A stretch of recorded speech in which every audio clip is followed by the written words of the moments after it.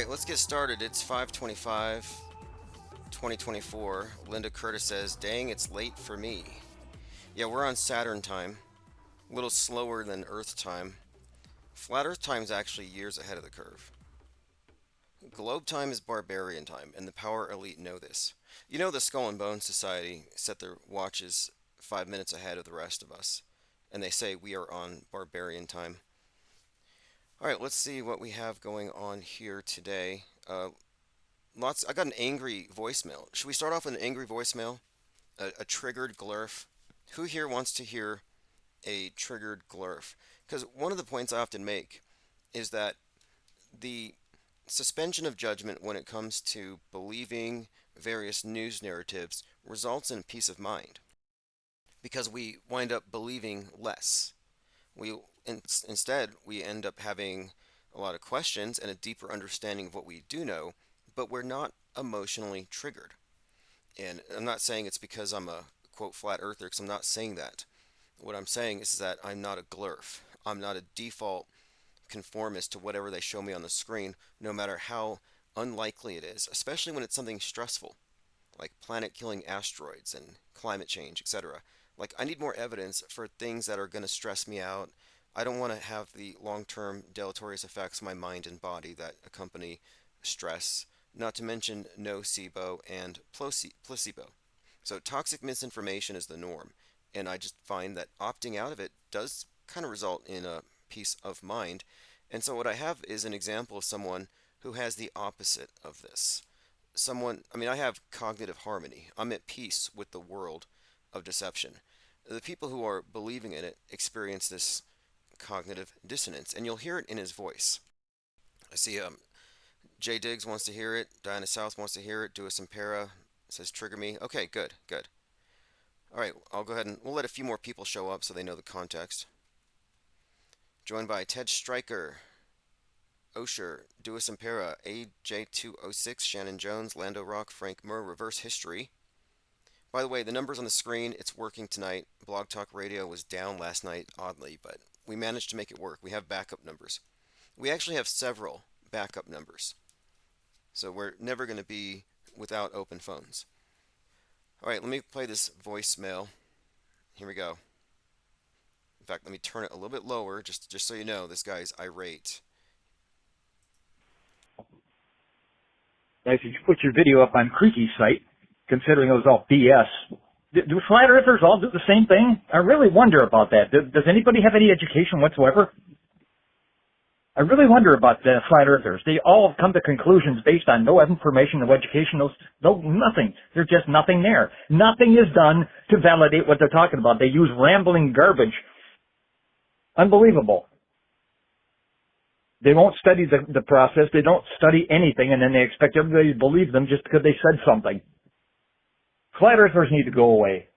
Unbelievable. Get an education first. Fuck. All right, there you have it. Now, he's wrong about this. Flat earthers know everything that glurfs know because they have gone through the same education.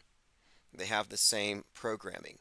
The difference is they opt out of believing in it. So it's not for a lack of education, it's for a rejection of certain claims that they don't feel are substantiated.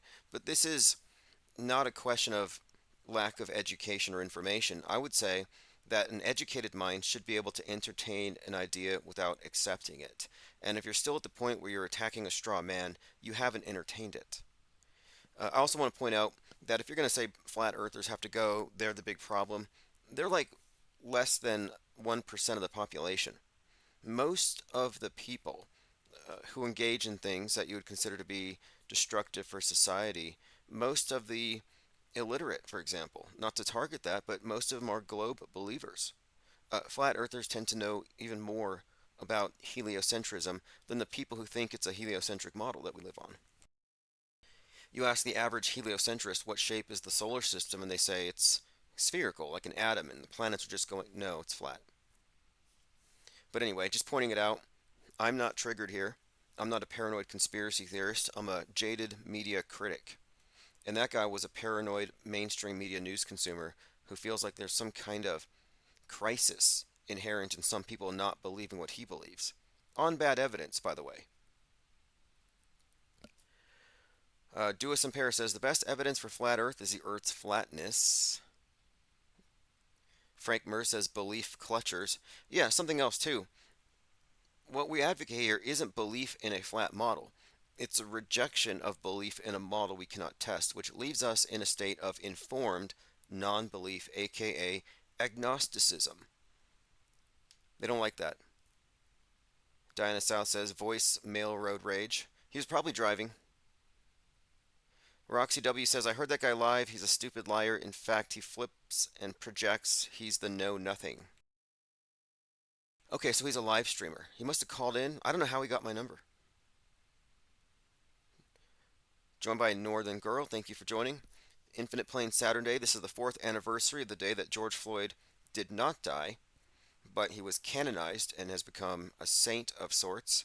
And then we have the devil, Derek Western Chauvinism, and their interaction, 8 minutes and 46 seconds, 4 years ago, set off a summer of riots. I don't know if we're going to have anything commensurate to that. There have been a number of outrages, a lot of similar events, and there's no mobilization. And that tells you something. These riots only happen if the Democrats pay for it. There's nothing organic about it. AstroTurfed. And, you know, looking back, all these burning police cars, it looks like it's all movie sets. It's like Batman or any of these movies where they have large crowds of people. All right, let's go through. Again, it's Saturday. I want to do a review. And one quick point here, we are open to debates. We want to start them immediately, like as in this week, possibly tomorrow. So if you want to debate me on the subject of chemtrails, the space station, or Mandela effects, just leave a comment below and we'll be in touch. And the debate will be fair, it'll be structured, it'll take place maybe an hour tops. It'll be 2 minutes here, 2 minutes there, moderator comments, and we will present our best arguments. It's not going to be a fight. It's not going to be a screaming match. None of this stuff that usually typifies online debates. It'll actually be a model of decorum, because what we're really doing here is we're parsing claims and analyzing what backs them up, if anything. But I have one stipulation. If you're going to debate on the side of the space station, chemtrails, or Mandela effects, you have to bring commensurate evidence for these extraordinary claims. So I would expect you to bring your own photography depicting chemtrails and the craft that sprays them. Bring your own video of the space station, and bring your own Mandela effect residue. If you can't do that, we can't have the debate, because it wouldn't be honest. It's a non-starter to come into a debate without bringing evidence for your claims. So again, that's kind of the starting point. Bring your evidence.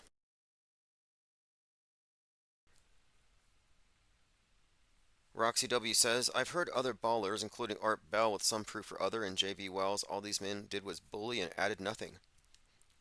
Yeah, exactly. I think it's important to know the other side's debate so you don't fall for straw man tactics. Because the thing is, a straw man debate only works if the numbers are on your side and you drown out the other side. But you don't win in principle. You don't win long term. You're better off educating yourself about the other side. And that's why I want to have these debates, because maybe I'm wrong. Maybe chemtrails are real. But I'm not convinced. I'm not convinced. Not that I'm not convincible. Like, I am convincible. This isn't a matter of dogma for me. All right, first caller, Infinite Plane Saturday. How are you doing? Can you hear me okay? Hello, Tim. Hey, what's up, caller? Thank you for calling. I hear you fine. So what is on I your just mind? want to address one of the Mandela effects. Oh, yeah, please. Which one? Which one? One of the Mandela effects. The one that has to do with take one, or two or more, or two or three witnesses. And what would this one be? Oh, And the Bible verse. The Bible yeah, verse? Okay. That's right. And I found out where the confusion's arising from. It's from one of the translations. When they translated the King James Version over to NIV, the King James Version in chapter 18, verse 16, it says, then take with thee one or two more, In the NIV, they said take one or two others along, and so they obliterated the word more. And later on, actually, in the verse, it says that every matter may be established by the testimony of two or three witnesses. So it's basically, it's a translational thing. So there's no supernatural alteration retroactively to the scriptures. Pretty simple, right? Okay, good clarification, and I will include that in my documentary because I'm doing a case-to-case examination here, and I think there are rational explanations that need to be confronted first and debunked before you can reach for supernatural. Right on. Now, one more thing I want to add, just one more thing. I am not at all denying the existence of the phenomena themselves. Like, let's face it, corporations, they change logos somewhat routinely sometimes. Like, it happens, right? They'll redesign a logo, they'll change things. But the whole idea of something supernatural, retroactively changing, physically changing things, I'm not convinced of that, right? So, that's all I'm going to say about it. I know everyone's got their own personal experiences, and let's face it, people remember things differently. We do have faulty memories. We don't have perfect memories, so people can misremember things as well, right? But Exactly. this idea of something retroactively changing, yeah. Anyhow, that's all I want to say. Thanks for your time, man. Awesome. Well, hey, appreciate the insight there on that one Ciao. particular Mandela effect. Have a great day. And I'm 100% open to the conversation of how this place works, what this realm is. And maybe it works in a way similar to the Mandela effect in certain respects. There are some certain analogous situations, but I mean, for example, when we talk about, synchronicity, intentionality, does it relate to the seeming feedback we get from our environments, from the universe? But what I'm really pointing out here is that the Mandela effect is not a methodology, or is it caused by any kind of reality shift, but it's actually caused by the way in which our memories work. And this misunderstanding, this ignorance about how our memory and our recollection can be influenced, leaves you susceptible to manipulation by the person asking you the questions, framing the questions. This is why you have so many people wrongly convicted. We're talking about faulty eyewitness testimony created by the interaction between the interviewer, the interrogator, and the eyewitness. So you can be manipulated. And my point is, we're trying all the time to inoculate ourselves against the mind war and its various tactics and manipulations, marketing tactics, propaganda tactics, sleight of mind, stage magic, special effects, all of this. Logical fallacies is what I mean when I say sleight of mind. So why wouldn't we want to know if our memories can be screwed with? And the Mandela effect is a perfect example. And it's a combination of gaslighting and retroactive interference with recollections. This is how you create faulty memories. And this is something worth knowing, because this same tactic, the Mandela effect, not only is it part of how the media gets you to choose their version of reality in this, choose your own apocalypse. You just choose based on your political leanings. You go woke town or truther, or you just remain in Normieville, but those are your only options. If the Mandela effect was real and reality was fluid, there'd be multiple versions of every single change. There wouldn't just be a binary. So my point too is that we are also existing in a time when objectivity has been destroyed. They use the mass media to destroy objectivity and put us into a subjective world of beliefs. So we may have escaped the dark ages of religious paradigms. Maybe we entered into some kind of scientific enlightenment, but then we got pushed back into a box. And this box, which relies on our subjectivity and our lack of attachment to the real world, is a byproduct of bad belief systems, bad operating systems, being susceptible to the tactics of the mind war and its manipulations.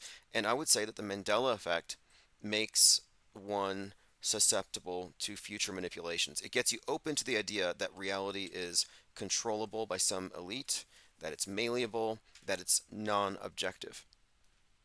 And if you say it's not, if you think it's all just an illusion, it's all a dream, fine, that's fine. But what we're doing here, specifically on this channel, is we're making a distinction between the real world and the model that they've given us. So this is far beyond shape. It's not about flat or round. It's about the model of the world that we have, that we all believe, the consensus agreed upon. Like Napoleon said, history is lies agreed upon. I mean, supposedly said that. But the worldview we have is consensus lies, a collectively agreed upon delusion. But you wouldn't know it's a delusion if you didn't reality test it at its fringes, because for the most part it overlaps by design, like good liars. They only lie strategically. Most of the time they have to gain your trust. So again, we're talking about world view here. It's a much bigger question, and that's why these things are worth debating. The chemtrails, for example, a lot of people are mad at me for debunking chemtrails. And I want to point out that I don't have to debunk them. You have to bunk them. You have to prove it exists first as a phenomenon, meaning you have to first deconstruct or debunk the existing explanation. So until you can confront contrails, chemtrails are a figment of your imagination. And I keep bringing this up because there are at least half a dozen logical fallacies that go into chemtrail belief. And the belief has never been tested. Nobody's doing anything, not even masking up for something they claim is toxic. But a lot of people are mad about it. So I want to just get these debates moving forward. Spirit Jordak says, "What an obsession from Tim about chemtrails. Your true colors continue to show." Okay, what are my true colors that I don't believe? I don't believe in unicorns. I don't believe in Bigfoot. And I have reasons. I have informed non belief. I have philosophical reasons. I have philosophical objections to accepting a lot of these truth or orthodoxies anyway. I think these are all psyops. And I think that if it's a psychological operation that's rooted in fear, and chemtrails is rooted in fear, sky phobia. You can say you're not afraid, but you're lying. Everybody's afraid of poison. So it's based in fear.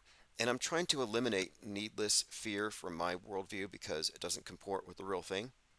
And my research into the long term effects of stress and fear, fight or flight, placebo effects, psychosomatics leads me to think that I'll live longer and I'll be happier if I'm not scared of the sky or clouds. So, again, if you want to push sky phobia, let's debate it. But bring a video. You can't just cite hearsay or say. Ollie Goering says, "It's time to pull the plug on meme magic. Brain rot has festered, and whomever did the recent census already gauged the collective consciousness and transition to a new stage of warfare is at hand." Yes, a new stage of warfare. You're right. That book I'm reading, In the Country of the Blind, is 100% about this meme magic. And the MO of the secret society controlling history in this book that I'm reading, the science of Cleoology, named for Cleo, the Greek muse of history, their MO is creating world peace by dumbing people down with memes, reducing them to what they call techno peasants. And I think we're there. I think people are ready to enter into a deeper level of the Truman Show, enter the fake Mars bases. And Musk is going to send 1,000 people at a time. They're going to have to do something eventually with this whole space program to keep it real. Either they're going to send people to Mars, or they're going to load up a starship and let it get hit by an iceberg, like the Titanic, a space iceberg, a comet. A comet hits the starship, and suddenly all enthusiasm for becoming multiplanetary has been dampened, and the pressure is off for NASA and Musk to deliver. Okay, let's see here. Lord Laney says, "Need to spray paint research auto hoaxing like people did research flat earth." Yes, we need to do some marketing. We'll have to activate the marketing department. And we are going to. I've been preparing quite a lot for this entire year to roll out Auto Hoaxology 101. I got sidetracked by the court case, but that's all put together now. Everything is locked and loaded. And on the heels of that, we do have plans. In fact, I'm just going to kick it off sooner, but I think we need to get some content out there to demonstrate what this think tank is about. And that's why I want these debates to happen. We want to throw down some gauntlets. If you're a chemtrail boofer, let's talk. Because there's going to be a point where if you're hanging on to a belief simply because you're pandering or you're making money off it, it's going to be obvious. We have to make the truth the primary objective here. And the fact of it is, even if you're in it for money, let's say you're just truthing for money and chemtrails is part of your bread and butter, there will be a point when the parallel media will have such a sizable audience that you can jump from pushing fake conspiracy theories to embracing a more objective and skeptical viewpoint. Not that I'm trying to recruit people with bad intentions, I'm just saying the Trutherville is pretty much just recycling old conspiracy theories, and I think it's eventually going to dry up. But the parallel media, what we're introducing, it's just beginning, and it's not going to dry up. It will never stop. It's not a reactionary position to the mainstream. Diana South says fear and stress cause cancer and heart disease. And okay, let's say this is true, and we know it to be true. This idea of psychosomatic effects of paranoia. What does that make you if you spent the last 5 years spreading paranoia and fear? I mean, I really would say that the participants in the InfoWar have the moral low ground because they're part of the psyop entertainment complex that necessitates a certain level of terrorism at all time. Everybody has to be afraid. Some are afraid of bowl cut shooters, others are afraid of secret government sprays from the sky and 5G towers. But I'm saying that the people who spread these fears are more than just stooges and propaganda mules. And you can say, well, they don't know, they have good intentions. Sure, but who was it that said good intentions? Let me find it. The road to hell is paved with good intentions. Who said this? Well, whoever said it, we'll just say Plato. The whole point of it is, yeah, many truthers have good intentions, but they're doing really bad things. We have a couple phone calls here. Infinite Plane Radio. Hey, what's up, caller? Hey, hey Tim, this is Jurassic. Jurassic Liars. Hey, good to hear from you again. Listen, man, a lot of the people that are on my channel, always have a problem with you, right? And I try to be, respectful to you, and because you've never been disrespectful to me while I'm on the air with you. But what I wanted to ask is, before I ask you about the things that the people that watch my channel say about you, I just want to ask you the few things. Okay, what the things that we do agree on. So we agree that the Mandela effect is pretty much BS, right? Yeah, I think it's BS that reinforces modern scientism. I think stationary plane or chaotic universe where nothing is solid, there is no up or down. No, I think it's a blasphemous construct. I think it's designed to completely oppose the objective reality we exist upon.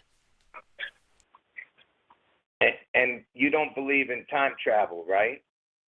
I don't believe in time travel either. I find the concept of time very interesting. If there is time travel, I don't think it's done through machines and no, not at all. I don't see how that would work. But no, I don't. Oh, all right. Well, see, the only difference between me and you, I don't believe in time travel either, but I do believe in demonic possession, and that's the only way that a demon could be possessing a person. That could be a demon that's been there forever. But let's just not get into that. I was just saying that's the only disagreement we have with that. Oh, wait, so wait. we pretty much agree with that. Do you believe? Well, let me add to this really quick. I do believe in possession. I do believe in objective evil.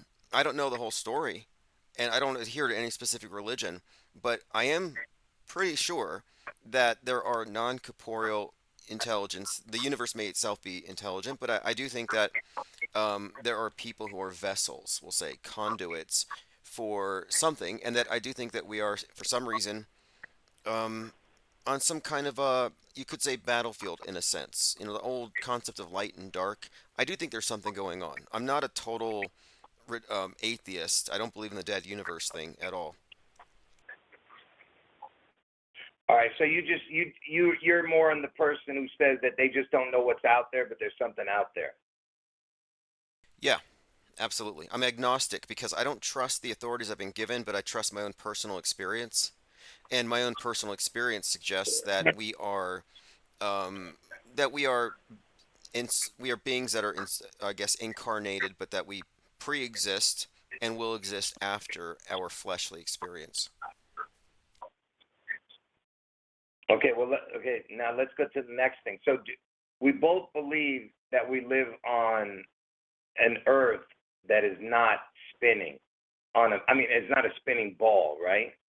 Right, right. I would even say that the spinning ball model is a purposefully designed worldview meant to disconnect us from any kind of sense of connection to the universe in terms of synchronicity, intuition, higher knowledge. So, yeah, I think it's a false model. Okay, but let me ask you this: if you were to guess what the Earth looked like, what would your guess be? Well, I don't believe it's a shape floating in space. So I automatically rule that out. The idea of it being a shape, because that presupposes a curve. So, as far as I know, it would be a plane of indeterminate size. And I don't know much beyond that. I suspect that at a Right. minimum, whoever gave us this false model is hiding multiple continents at a minimum. It could go on forever. It could be something I have no idea. But as far as I know, I don't even assume it to be an object. So there's no way it's got a shape. Well, so you don't see it as possible that it's just on water It or floating on water or something. it could be. I mean, the infinite. Let's say it's just a plane. Like there was a Greek sage, Thales of Miltius, who predicted an eclipse, and he suggested it was just a infinite water, and that the lands we're on was like a shield, is what he compared it to. So it could very well be, But I would just say that whatever it is, we don't have enough information to arrive at a full model, and I think we've been given a truncated version. Just like I don't trust history, I don't trust their map making. Why would I? Well, just real quick, let me just tell you what first of all, I have no idea what it looks like, but I definitely don't believe that we're on a spinning ball hurtling through an endless space, right? So that's for sure. But what I do want to say is the fact that because I do believe in the Bible and I do believe that Jesus is God, that uh, and I do believe that Satan controls. He's been given the power to control this matrix that we're in, and that's why he's known as the prince of the power of the air. And that's why when I see a record player, and I'm not saying that that's what it looks like, but what I'm saying is I would imagine that the devil, who is the prince of the power of the air, would mock God's creation and make the record player like the earth. You know what I mean? Like if there is anything possibly spinning on this earth, because the earth itself doesn't move, but there might be, like, how the record player has a turntable and it's got the four corners. Yeah, yeah, I see that. Yeah. So yeah, that's what I'm saying. The earth itself doesn't move, but if anything does move, it would be just the middle part that goes through some kind of, like what do they call that? The middle pole. Like, how the record has a thing in the middle of the pole. Yeah, What do they call that thing? I don't even know what the hell. yeah, I know But what you're talking about because recently we were talking yeah, about this and North Pole and what's in the middle. right, and some magnetic pull just keeps the currents moving around and around. I don't know, but the point I'm trying to make is that we none of us know exactly. So we agree on that, right? Absolutely. We agree that we're being lied to with a false model, and we don't know what's behind the false model. Okay. So what is your uh, like your debate you're saying with flat earthers? Like, I don't get what you're saying with what do you want them to show you? Oh, I'm confused. with the ISS, there are some people, even some people who think the Earth is flat, who still believe there's a space station. And I don't think that someone can argue that they believe in it unless they can provide their own video. And I've never had anyone provide their own video. And it's because I think they're bearing false witness.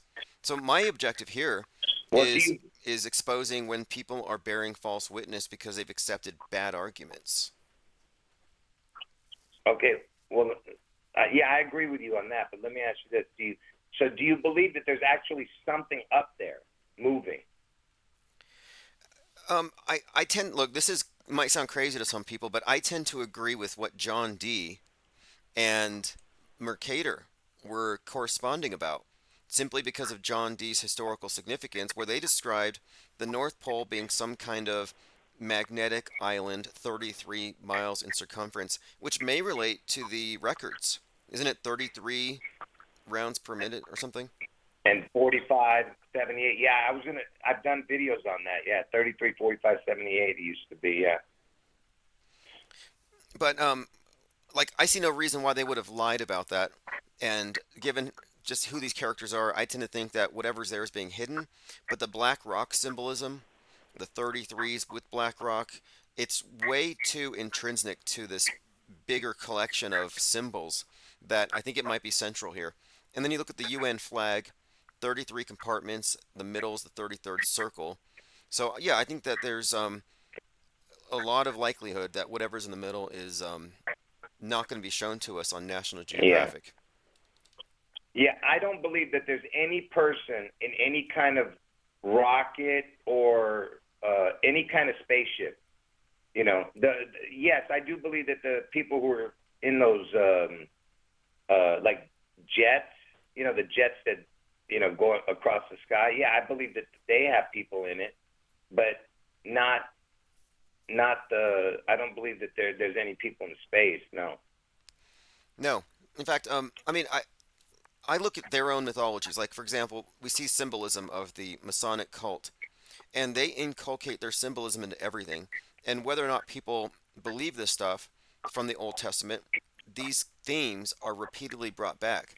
And I liken the space program to the building of the Tower of Babel, and that the idea is one language, mankind, one mission, going from earth to the heaven against God's wishes, and then this precipitates God knocking the tower down.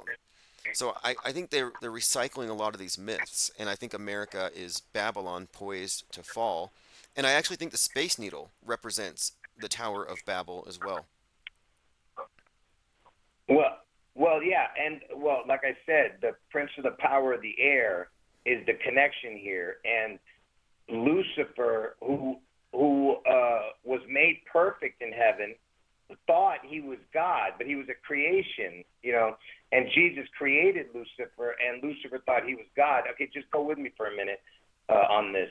So he creates Lucifer. Lucifer is made so perfect that he actually believes he's God, and the other angels thought he was God because he was made so perfect and he was beautiful, and everything that oozed out of him was beauty, the music, the voice. He literally was music, right? So he was the Pied Piper. He was the pee in heaven, right? And he got tossed out. Him and the people who followed him. There was a war in heaven.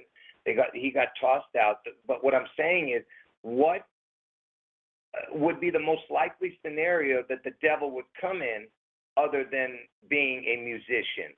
And that's why Elvis fits the perfect description of Lucifer. Okay, and I've done videos on this, so I'm not going to get into the details.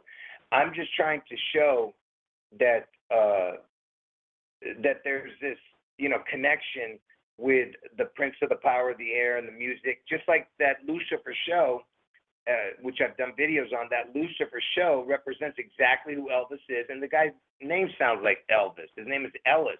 Oh, interesting. Tom Interesting. Ellis, right? Yeah. Yeah, and right now he's exactly 45 years old, which connects to the Trump thing, which I told you Trump is the replacement twin for Elvis, the identical twin that died. Now, the reason I'm bringing all this up, is that your name, Tim? Well, I use okay. Tim Osman has a backstory which I can tell people about if you're interested. And it has to do with culture jamming, where I'm bringing up some of the most inconvenient ideas conceivable from the perspective of the media. Because I'm way beyond saying this is fake, that is fake. It's how to see what's fake and describing what media actually is. And the worst thing for them would be for what I'm talking about to go viral. And the name Tim Osman is a huge trigger because it goes right to the root of behind the Yeah, the scenes bit. of 9/11 and right into the meta scripting, something that I picked up Osama on. bin Yeah, Laden. Oh, exactly. yeah, yeah, yeah. I know you were mocking. I just want to make sure that that's because people don't even know. They think because you have the man, they actually don't understand that you're just mocking them, right? And there's more too. See, instead of Osman, and Osman has code because we're talking about the Ottoman Empire and the Muhammad attack narrative, but also Oz with a Z is a reference to the Thelemic cult that runs the world, and Liber Oz, which is their do what thou wilt. So I see there's a correlation between all of it. But yeah, the name is meant to be um, a very inconvenient meme, and so that was kind of the point all along. Okay, right. Now we're going to get to the uncomfortable part here. So I'm not going. By the way, I'm going to watch what I'm saying. That way, I don't get any algorithms. You know what I mean? And uh, what I want to ask you is, because this is what the beef is with my listeners, with you, is first of all, let's get this one out of the way. Because I'm gonna leave the most uncomfortable one for last. But uh, so you don't believe in chemtrails, right? Well, I debunked the whole premise. I didn't used to question it, but I have done some research into the matter more so than most of the believers. And what I've learned is that there's nothing to substantiate it, and in all likelihood, it's meant to give a climate change belief to the people who are not on the political left. So conspiracy theorists, right wingers. Well, my take on it is because all these people who say that they're trying to kill us is absolutely nonsense. But what I've been telling people is that if anything, what they're doing is it's like they're seasoning us or marinating us for something they're going to give us later in the future to the people. So that would be the only logical explanation because there's no way they would be killing us. If they're trying to kill us, they would just do it with the food, which they do already, and with the water. They wouldn't have to put it up in the air and do all that nonsense. They could just put it right in your water, Yeah, you yeah, know? this is something I brought up recently is that they're Machiavellian. You can read their own rule books, and one of the books you mentioned Lucifer. Interestingly, Barack Obama was mentored by Saul Alinsky, who wrote a book called Rules for Radicals, which he dedicated to Lucifer. Rule number 9 says the threat of the thing is more terrifying than the thing itself. Meaning, if you can keep them scared of something, you can keep them cowed. You can oppress them for as long as they believe in it, and you never actually have to unleash it. So, yeah, fear is their main weapon, in my opinion. Okay, so like I said, we have just a little bit of a disagreement with that, but not too much because I don't believe that it's there to kill you. But I do believe that there's something that they're doing up there. They're not just doing nothing. I mean, they're doing something. Whether it's just to, like you said, to mock the conspiracy people, or like I said, that they're just trying to marinate us and season us. But for trying to get us our bodies used to having some kind of certain types of things inside our body. But Okay, so anyway, all right, we'll move so past that. But let's yeah, it's either go that ahead. or it's all mental. But whatever the case, it's an active measure. It's not a coincidence that it's the most popular conspiracy theory out there. But anyway, next topic, next question. And we have three more callers Okay. after you. Yeah, No, I no didn't know hurry, that. just letting you know. Oh, I'm sorry, man. I No, didn't know. no, I didn't no, know there was just other now. callers. But, I think they all right. called because they probably listened to you. I think a lot of people are calling because you called in. But anyway, Okay. next question. Let me just get this out of the way. That way we won't have to talk about this again. But so here's the big issue with my viewers, all right? Is that was one of them, but the one we just brought up. But the other one is obviously the pigeon peckers, okay? Now, whether you're one of them or not, when I say the pigeon peckers, you know what I'm saying? Because I don't know your original nationality, and I really don't care because it's not up to me as far as that. You know what I mean? Because as long as you tell the truth, I don't care what you're talking about or what you are, right? Well, some people may not know But what that was. Like uh, when you say pigeon pecker, was Jesus a pigeon pecker? well, here's the thing. The reason I'm saying that is I don't want to use the J word. So don't. That's why I don't use it for Jesus. But what I'm trying to say is that Jesus came in the midst of those people. Okay, he had to come in the midst of them because they were the most powerful.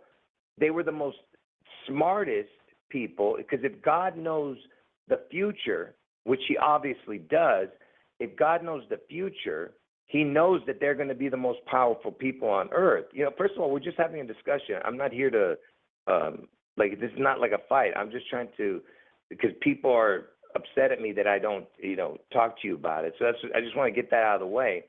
Is whether it's a disagreement we're going to have, it's okay. I have no problem with that as long as we're respectful to each other.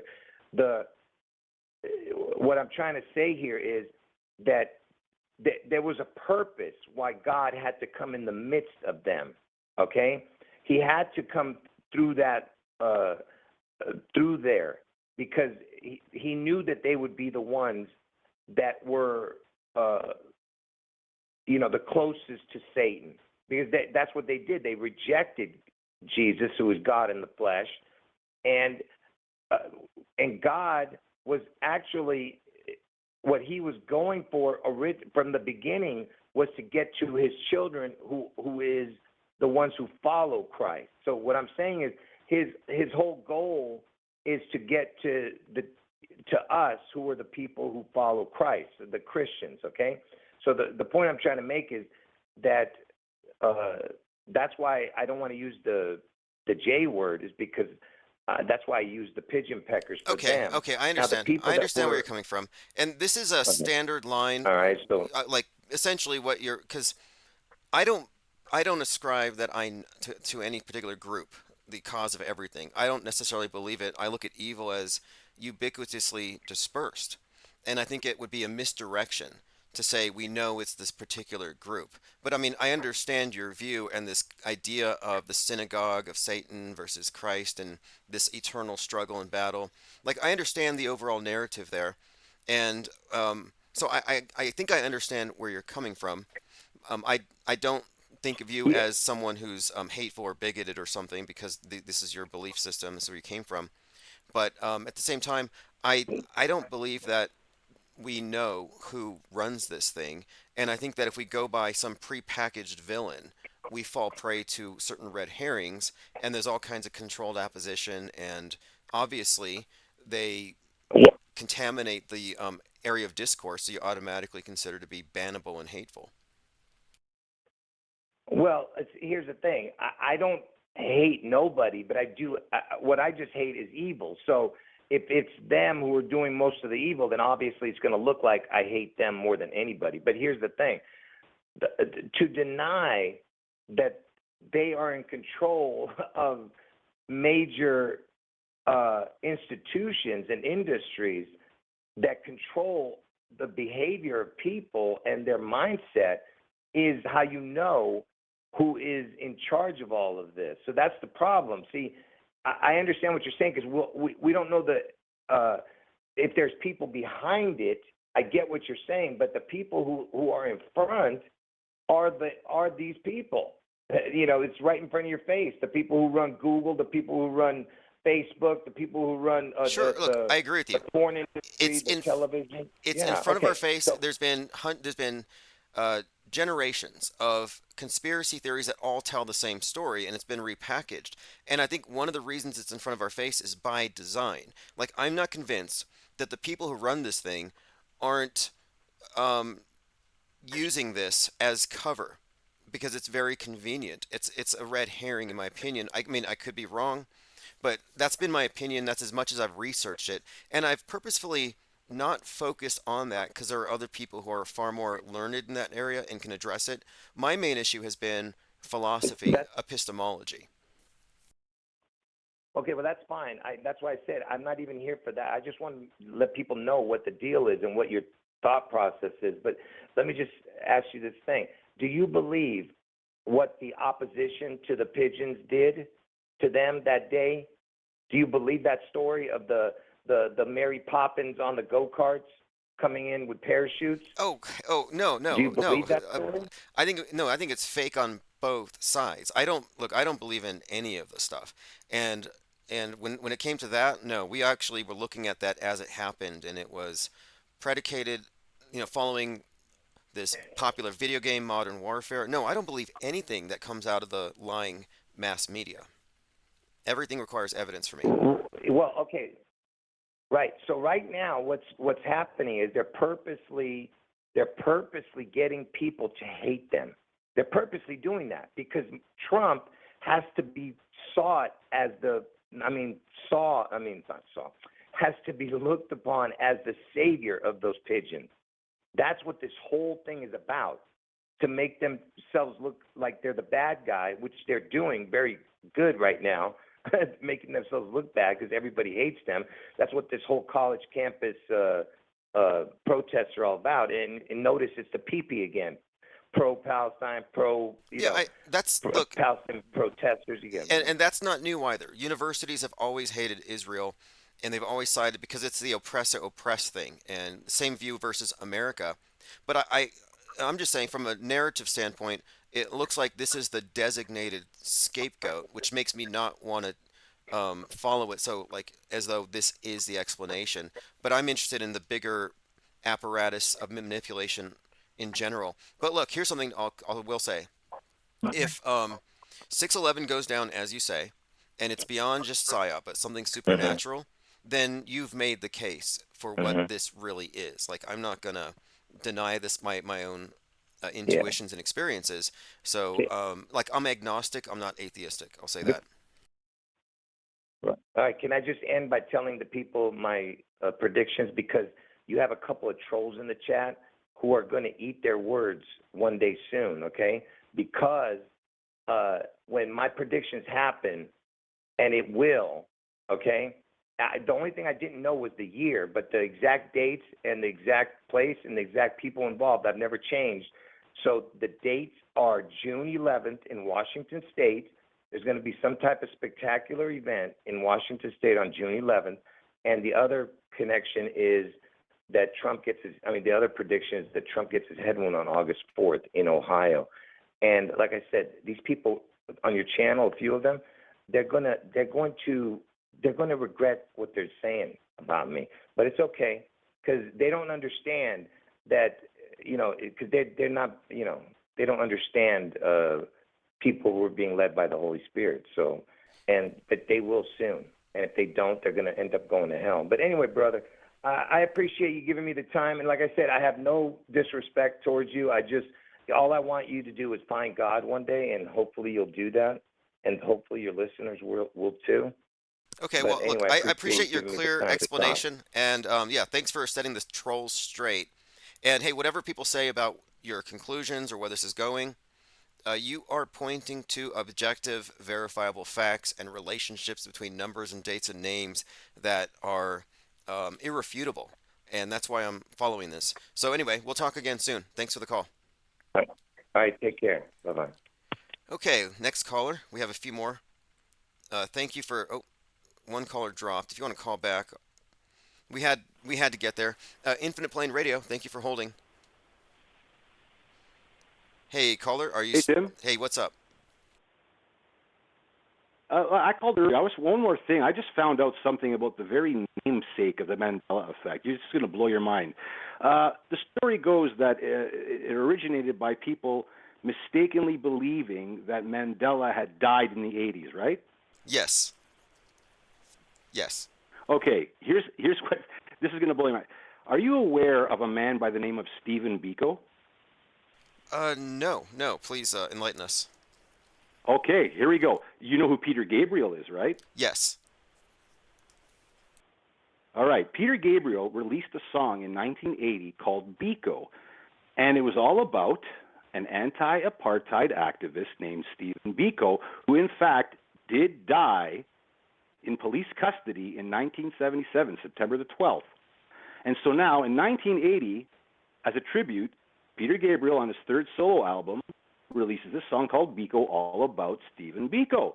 And so I'm figuring that a lot of people probably confused Mandela with Biko and thought that Mandela had died in the 80s because Gabriel sang about him in 1980. That would be a very plausible explanation, wouldn't it? Actually, yeah, Because you're right about Biko that. The, was about as high. okay, I see this here. The death of the black So, South so African the entire anti-apartheid. premise of this effect is Yes. based on people confusing identities. Isn't that something? Yep. Okay, this is something that I could enter Really, eh? into. This is certainly far more plausible than reality shifting. Bada bing. I like that. Hey, spread it far and wide, man. All right. Well, look, And that's all I want to say. Let the other callers have their time. good, good. Well, I appreciate the call very Great much. talking to you. Take Uh-huh. care. Uh-huh. Feel free to call back anytime. Thank you. All right, let's get the next All caller right. in Bye-bye. here. Infinite Plane Radio. Hey, what's up, caller? Thank you for holding. Hey, am I on? Yes, you are loud and clear. Okay, that's good. So I just tuned into the show. I heard you were talking about you say something big's coming on June 11th, and you can predict these things. Did you ever predict 9/11? I didn't predict 9/11, but 3/11, 2020, 3 days before, my live stream was called World War III starts on Wednesday, Ground Zero, Seattle, and 3/11 is the pandemic date, and Patient Zero was in Seattle, and we predicted that based off of predictive programming. So yes, the answer is yes. Yeah, predictive programming. That's strange because there was always back in the '90s. I remember back in the '90s there was all these, twin towers falling in movies and TV, and getting hit by all sorts of things. Yes, yes. In fact, what I think they do, I think this is the standard operating procedure is they write the news, they know the news as it's going to be 5 years in the future when it comes to big events.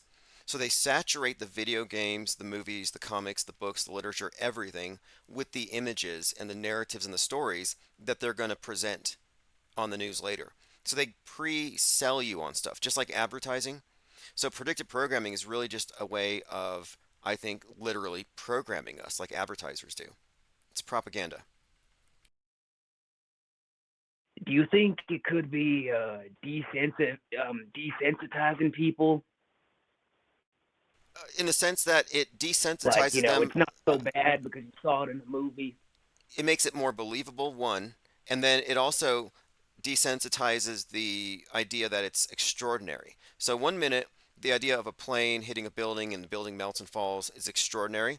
But now you've seen decades of movies where buildings are burning down, Die Hard movies, explosions, so that when you see it on the news, it's within your realm of possibility. So that's kind of how I think it works. I think it's all there to make you susceptible to future programming. It's like conditioning, in other words. Right, right. And there was plenty of that for the pandemic if we think about the movie. This is sort of a relevant topic.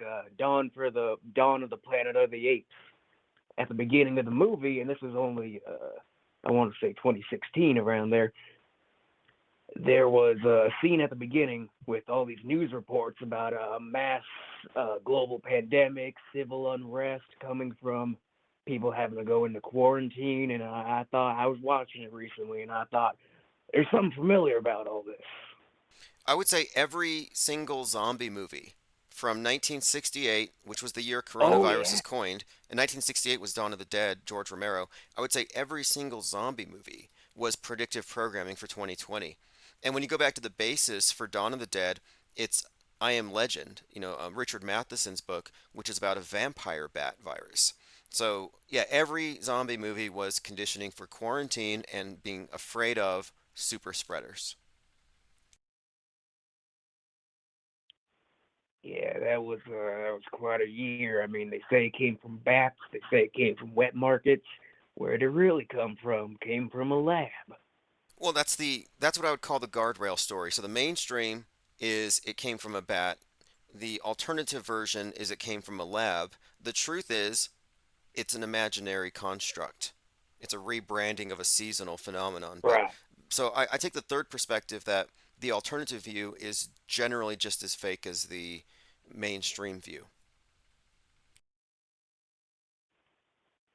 Yeah, I heard that. I mean, there's just way too much going on, and it seems like it's going to get worse. They say it gets worse before it gets better. I'm not sure if it's going to get better. Am I being too pessimistic? I would say yes, because it's a lot better than you think it is, because most of the stuff they say that's terrible is fake.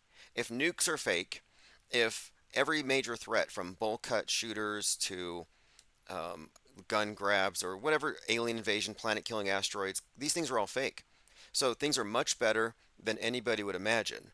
And they're not going to get worse because it's just going to be more of the same. If it's getting worse, it's only in your head. So the mind war may get worse, but the world out there is actually the standards of living are probably just going to improve. See, that makes sense. Gotta push that fear mongering. If it bleeds, it leads. And I call out, yeah, to make money from that. yeah, I call out the fear mongers because it's pretty much scientifically proven that irrational fear and stress is damaging to your mind and body. Not to mention you can alienate yourself socially. So I'm 100% against a lot of the fear mongering and fear mongers. And I think that's a reason why a lot of them are mad at me because I'm systematically going through their various narratives and questioning them. But anyway, I got two other callers. Any other comments? I just want to say thank you for doing what you do. You do. There's not a lot of people who have the guts to be talking about these things. So I really respect that. And I hope y'all have a good day. All right. Thank you for calling. All right, next caller All here. right. Thank you. Oh, okay. You know, if you want to call right back, we had just dropped a caller, area code 760, and one other caller that was anonymous. You can call back if you like. Let's see here. Elephant Tusks, you want to call in? Number is, he says, fake rural fails miserably. Are you auto hoaxing that guy's voice? He's such a skeptic. He doesn't even believe that the callers are. No, yeah, I guess it's safe to assume there could be some fake callers. We have had some. Kind of sound like a Richie from Boston impersonation. Like that's what Richie would sound like if he didn't have chemtrail lung. Phones open 563-999-3664.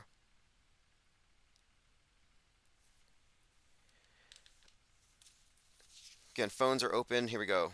Thank you for calling back. Hey, can you hear me okay? Hey, yeah, hey, my name is Think. Think for yourself. So, I heard your caller earlier talking about the Bible. And this is something that I've been thinking for so long. First off, I just want to say that I think the Bible is an incredible book. It's basically the blueprint to build a perfect society. Without the Bible, I don't think we would have this great country of the USA that we have right now. However, I do think we are entering in a new era where the Bible is limiting humanity from evolving to the next session, the next progression. Take, for instance, Revelations. Basically, if you look at the interpretation that most have of Revelations is basically it's saying that technology is the devil. And because of this, I think society is so scared of the technologies that we can have right now. Take, for instance, AI. Before I go into AI, basically 666, the number, they're equating it to cryptocurrencies or the digital payment system that we can have. But because so many people believe in this I don't know what to even call this belief that that the devil will come out and 666 is this person's number. I think it's stopping a lot of our technology. Can you help me out Yeah, with this yeah, belief? actually, okay. Am I wrong for No, saying that we should? no, actually, I've been Okay. pointing this out for some time that the new dominant paradigm, scientism, and outer space as the new heaven, it has presented technology as savior. And this was really emphasized in 2020 with medical technology saving us from this new uh, devil. But the other side has gone the opposite direction. They call it like trad right, traditional values, where they're doubling down on their belief in sin and you know Christian nationalism, where they're doubling down on this is about good versus evil, and it's a spiritual battle, and they do see AI as a way for fallen angels to get to us. So you do see this demonization of technology. In fact, the right wing for months now, Tucker Carlson and Joe Rogan and others have been saying that aliens are demons, that it's a spiritual phenomenon. So my point here is that it is absolutely the case that it seems like the mass media is making it look like the Christian values are holding back progress, that the progressive society that's going to be advanced by science is going to be held back. That's certainly a factor here. Yeah, I mean, in the past, it was not allowed for people to undig the dead body. And it was definitely not allowed for you to open up dead bodies for no, they called it satanic back in the days. But luckily, there was two artists, one of them named Leonardo da Vinci, the other one Michelangelo. They wanted their anatomy to be so precise for their drawings that that's what they did. They secretly undug dead people and started cutting them up and studied the veins, the muscles, the bones. And it's because they did that, we have the modern day medical breakthroughs from their studies of the human body. And Galileo would be another one. I think he actually got arrested for basically saying that the earth rotated around the sun, where back then they believed that everything rotated around the earth. So I Illiteracy. think Let's that bring we're that at up the really point quick. right now. That the power elite have always Okay. weaponized ignorance. For example, the first people to translate the Bible into the common tongue were killed for it. So what we have going on is just this reoccurring theme where the ability to hold back technology makes people, by the elite, allows them to control the masses. And I think that we are being purposefully dumbed down when it comes to media, so we can't tell real from fake, so we can be programmed. But I think it's 100% intentional and by design. I totally agree. Thank you for at least someone. It's hard for me to argue against something, a book that says if you disagree with the teachings of this book, you are going to go to hell, and that's very hard for me to debate against somebody that says that. You know, it's if I'm basically saying that if I'm going to come out and say I don't believe in the Bible, I'm going to go to hell. That scares the shit out of me. You know what I mean? I'm sorry for cursing, but it's the truth. I think a lot of people are scared to speak what their common sense is telling them, that it doesn't make sense. This Bible, this concept of a man sitting on some clouds watching your every move and judging you by the words you say, like throwing trash. I know that a lot of people's common sense is telling them that's not, that there's no way that's true. But the fact that the Bible says things like you cannot disagree with this book, I think it scares them from speaking out against that type of belief. And I agree with you. There's I don't know what to call these people. I call them NGOs. But back when I was in college, my group of friends, we called them Illuminati, Bilderberg, whatever you want to call these groups now. They are secretly manipulating or using this Bible, this belief in God, to control us. And like I said in the beginning, the Bible is a great book. It's the blueprint for the society, to build a perfect society. All you have to do is just let somebody read that book. And once they read it, they fall into place. They become a good citizen. They build morals. They don't want to steal. They don't want to kill. They don't want to commit adultery and bad things. And it's those bad things that will build a society. It helps us. Like, I'm talking to you because I know that, you know, you're not going to attack me and kill me. I can open up now. And thankfully, that book has helped the society here become softened, maybe, so that we could communicate in this fashion. But I do strongly believe we need to push that book aside and move forward now. And to move forward, we have to let technology, we have to push our the technology that we have in place right now to push us forward. I don't know where I'm going with this, Well, but I understand. can you help me Like, out there? the way I look at the Bible is this. Mhm. Like, yeah, I understand we're talking about its intrinsic value, as a book, whether you believe it's divinely inspired Yes, or not. But then its application yes, as a world view, like this is the thing that we all believe. It gets us all on the same sheet. It's like if we all agree in the scientific version of history and evolution, it puts us all on the same page. If we all believe in outer space and becoming multiplanetary, we're all on the same page. So I look at the holy books as complete worldviews. You could build a society through that filter. You could build it through Scientology's filter. You could build it through the mainstream media's filter, which is what they're doing now. I actually look at media as the new religion and the TV as the new Bible. And it's this new Bible they're in the process of filtering and curating. But yeah, I think that having any worldview that is representing the interests of the power elite, like the version of the world that they want us to have, needs to be rejected. And I think this applies to the old traditional religions, and I think it applies specifically to the mainstream media religion. And one more thing, the mainstream media does promote a worldview that is tapping into a lot of the same types of controlling narratives that you get from the Old Testament. For example, you're wicked, you're going to get flooded. And then you got the whole thing with the Noah's Ark. Well, today we have a new flood myth. They call it climate change, but they've updated the concept of sin to be carbon footprints. But if you look at NASA, they actually have a group called NOAA that warns us of the flood, and their symbol is the dove, which is also Noah's symbol. So what I'm pointing out here is that our modern worldview is based on the same control structure as the old ones. They just dressed it up with science. I agree. Uh, since before I go, I just want to ask you about this whole climate thing. Do you not believe that? I don't know. I'm asking. Okay, I don't know what your belief is.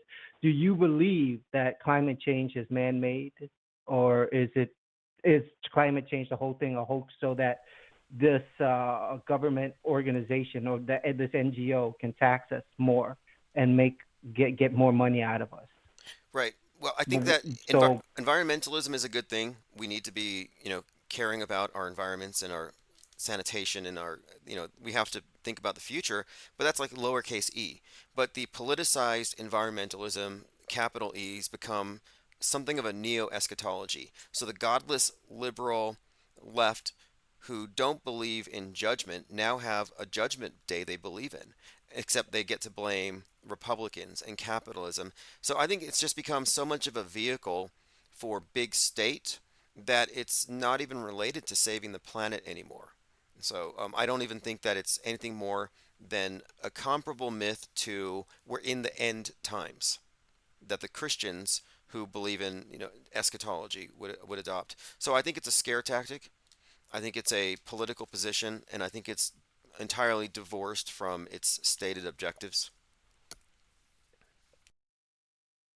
yeah, yeah. Yeah, I think that the government or I don't know this NGO group, Paris Accord, whatever you want to call this, they're definitely pushing this agenda, this climate change agenda, very, very heavily, down to the point where I think this whole homosexual movement might be from their causing. Like they're pushing cartoons, they're pushing this woke movement where there's homosexuality in the children's cartoons now. I strongly believe that they're doing this to control the population. But if you want to overlook that, if just ignore what I just said. Well, I personally think that yeah, there is a group that yeah, whatever. Yeah, I know what you're go saying. ahead. Like there is a specific ideology that is at work here, and its agenda is, of course, transferring people from traditional values and traditional concepts of sin to the new concepts. And the new concepts are all things diagnosable with modern medicine. Uh, the concept of eschatology, doomsday, has been replaced by climate change. So this change in values, I think, is also part of the culture war thing. But I don't believe there's any legitimate attempt to depopulate. I think the numbers are going to continue to go up. You don't think so? No, I think Okay. I, So you, I remember hearing about this a long time ago, but then the Georgia Guidestones get blown up, and that was 42 years that they said we need to get the population to 500 million. It never got there. So I don't even think it's achievable, but I think it's a psyop to make people think that they're going to do something, like the world's going to end. I absolutely reject it. okay, I'm sorry, I have to disagree with you on this one a little bit. Okay, of course, if you believe in Google, when I during COVID, I had did a bunch of research. Like I asked Google how many people die per year and how many people were born per year, and I forgot the exact numbers, but it's something like 50 million people die every year, and 100 million are born. So the number is doubling. But after COVID, there was a bunch of research that came out that was saying that the population growth in Japan and now in Korea has been going down, and that doesn't make sense to me why it would be going down, other than the fact that the media is getting involved in this through through television shows, movies, through music that is pushing this um, depressing, I don't know, I mean, look, agenda. And like I I said, just I have think doubts as to whether they can change human nature enough to prevent people from replicating at the rate that we do. No matter what kind of social changes they introduce, they're not going to be able to inflate numbers of a minority group and make this the majority. It's not even achievable. But again, I would say maybe their agenda would have been depopulation. I might have agreed 10 years ago, but looking at it now, it doesn't seem like there's anything going that direction. If anything, I think it's quite the opposite. It's not in their control. But anyway, okay, appreciate the call very much, okay. and I have another caller coming in. So have a great Um, evening. Call back please, anytime. please let me just finish by saying. Please let me just finish by saying this, okay? In school, in the United States, we are not overpopulated because we have a Planned Parenthood teaching children to watch their to about sex education. Anyway, that's my 2 cents. Thanks for having me on, man. Sure, sure, sure. Yeah. Yeah, look, and I hear these other issues, these social issues, culture war stuff, and I think it's manufactured outrage to hype up the trad right. Infinite Plane Radio. Hey, Tim, Hey, what's up, caller? I couldn't resist calling again, man. It's me again, the Mandela effect guy. I want to talk about scripture now. This is going to be equally mind blowing. The scriptures talk about familiar spirits. Now, the root of the word familiar, of course, is family, right? Yes, yes. Familiar spirits. Now here we go. Yeah, now this is good. I mean, I don't know where to laugh or cry about this one. It just so happens that many people twisted the meaning of Scripture such that they believed, get this, that familiar spirits were commonly associated with animals such as, ready, cats, rats, dogs, ferrets, birds, frogs, toads, etc.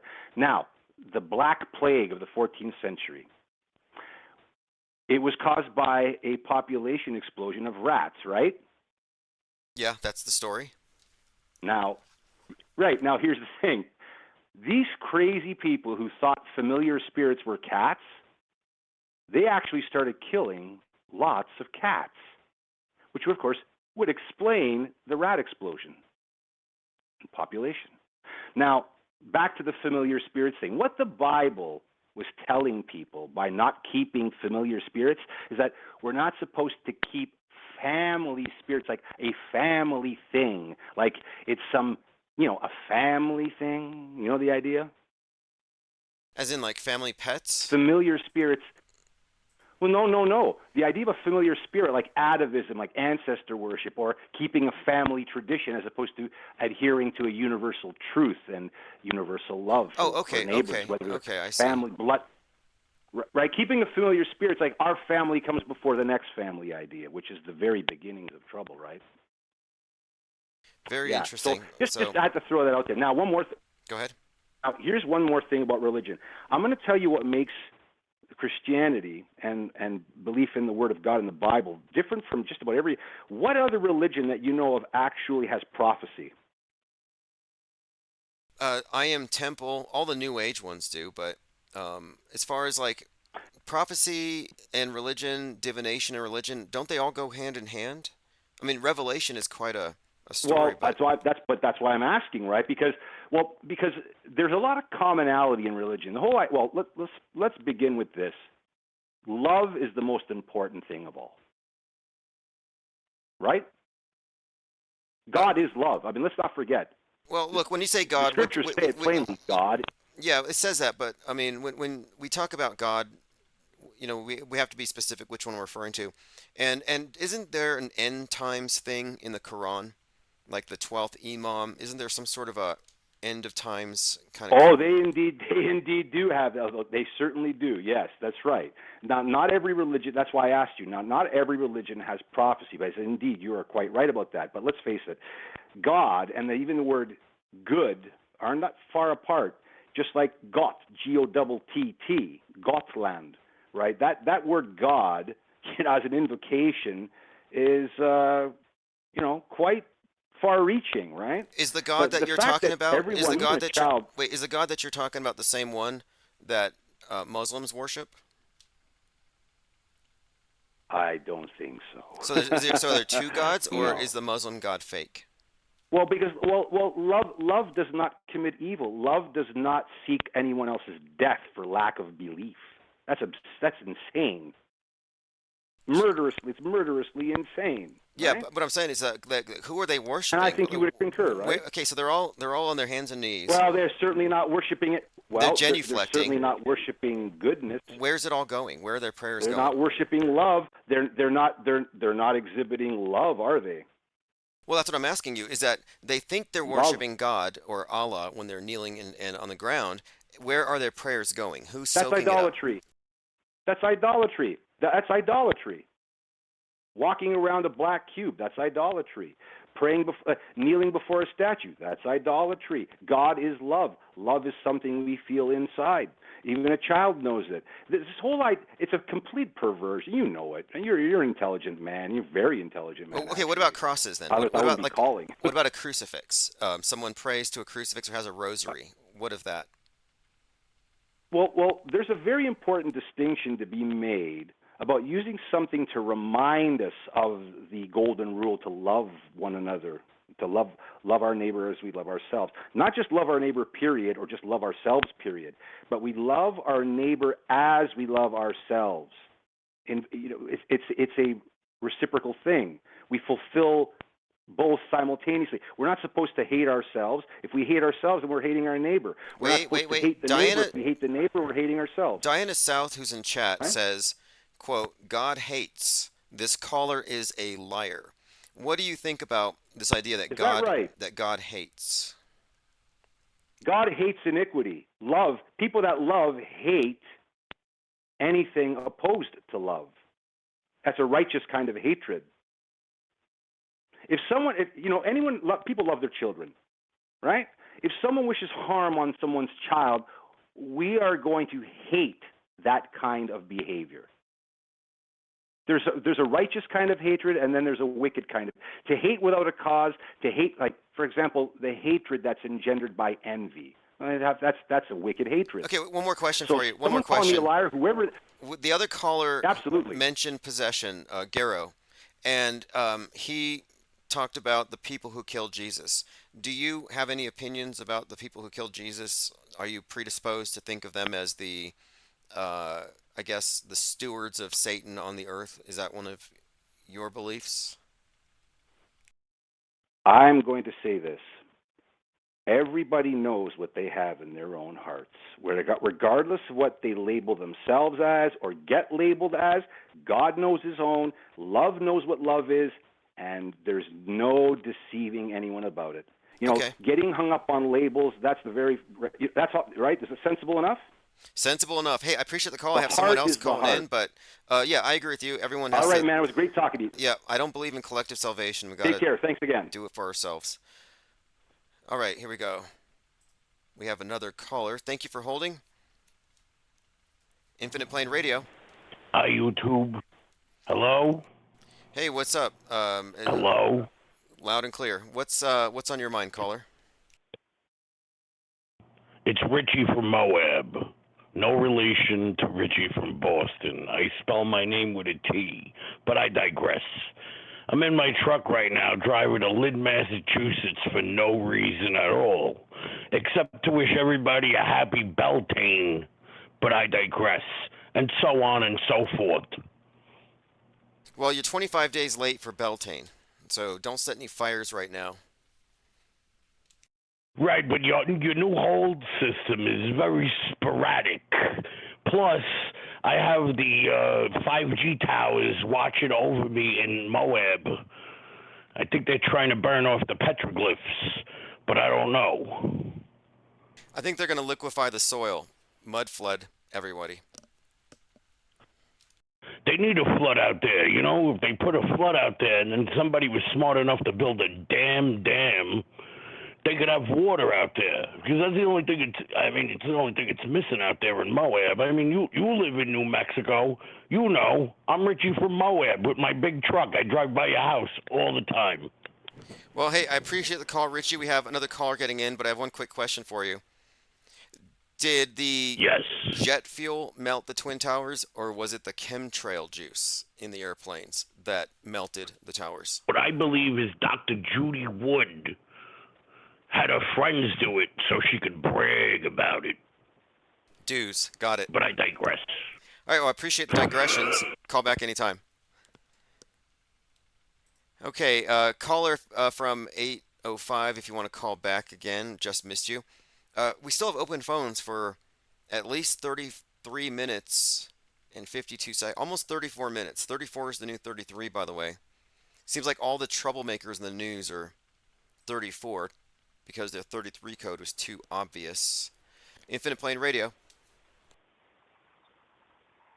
Hey, caller. Hello? Hey, what's up? I can hear you. What's up, man? Just going through the caller queue. Any particular topic? That new system's kind of like confusing. Yeah, it It's lets like you. I'm listening to the. Yes. Like, oh, you could. You can listen. But You it's, can it's listen good. on hold. It's good. It's good. It's cool. It's more. It seems more professional. Oh yeah, yeah. I really like this whole system. So for people who don't know, you can call in and then you'll be put on speaker. You can put it on speaker because you'll just be put on hold, but you can listen through your phone. So it makes it easier to get in, especially if we have a long caller queue. Yeah, Truth Frequency used to be like that. I haven't listened too much anymore to them. Yeah, well, I learned this from Zach Hubbard. It's his system. I called in and tried it out, and I was just impressed by it. So, Oh yeah, that's who I used to listen to. okay, yeah, yeah, And definitely. then when Rainbow disappeared, I kind of stopped listening because Zach's good, but Rainbow was like caviar. Yeah, I never I listened don't to know if you're Rambo, but familiar. I followed him on Twitter. I should probably check out some of his content. Yeah, that dude was caviar, bro. Yeah, well, He was just good. Like with the whole, he did numerology, gematria, he did symbolism, he did astrology, and he would just do his own interpretation of like all that stuff. And Zach was kind of just like numbers, you know. But Zach would throw in like the other stuff too. But Rainbow was like he used everything and put stuff out there. Some of it was real intricate. Everything catches somebody a different way, right? But most of his stuff, I think, caught everybody really well. And he actually had a YouTube channel called like the Truth Codes or something like that. And I haven't checked on it lately. I don't know. You know, well, it's like I have one. out of sight, out of mind type of thing. I think I have two criticisms of Zach Hubbard.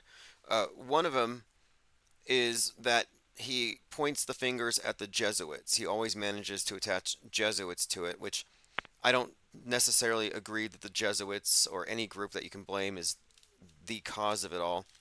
But the other thing about Zach Hubbard that I'm kind of a critic of is that he's a false flagger. Like he doesn't know that the shootings are fake. He doesn't know that there were no planes. He is a true believer in the atrocities, but he calls them false flags, and it was done by Jesuits. So his perspective is fundamentally flawed. But I do appreciate a lot of his insights, although he thinks we're on a spinning ball which I think is kind of problematic. I mean, how do you arrive at that without trusting the mass media liars? I agree. I agree. Everybody has their protocol. Everybody has their approach. Everybody has their perspective. Everybody has their interpretation. I think this fringe alternative media stream that we're a part of, that's why you got to be a broad spectrum, even though the the micro is the micro is just as important as the macro. You take in the macro and then you build your own micro focus. And so yeah, he's a good one.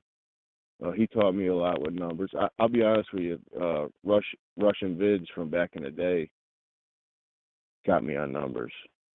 I think it was always in me, but he really got me. He's like, I don't even, that dude ain't around. A lot of people ain't around, Oh, right? he's But still around. His new Russian Vids changed his name to Ukraine Vids yeah, in solidarity with Zelensky. yeah, he's supposed to be like GRU or whatever too, There's so many assets out there. It's so abundant. You got to just roll with the punches and just build a picture from perspective. And luckily, we aren't the type of people to really, fall for the matrix. Okay, his new channel is called They Live Truth. They Live Truth. Yeah, like that movie was great, dude. In hindsight, that movie was like great. Oh, It John was a Carpenter? culty, corny movie, but Everything with John Carpenter is worth it was watching. good, dude. The Yep. glasses, dude, like the glasses, like you know what I mean, like David Icke, the eyes, the only part of the we only read the vision frequency. Oh, yes.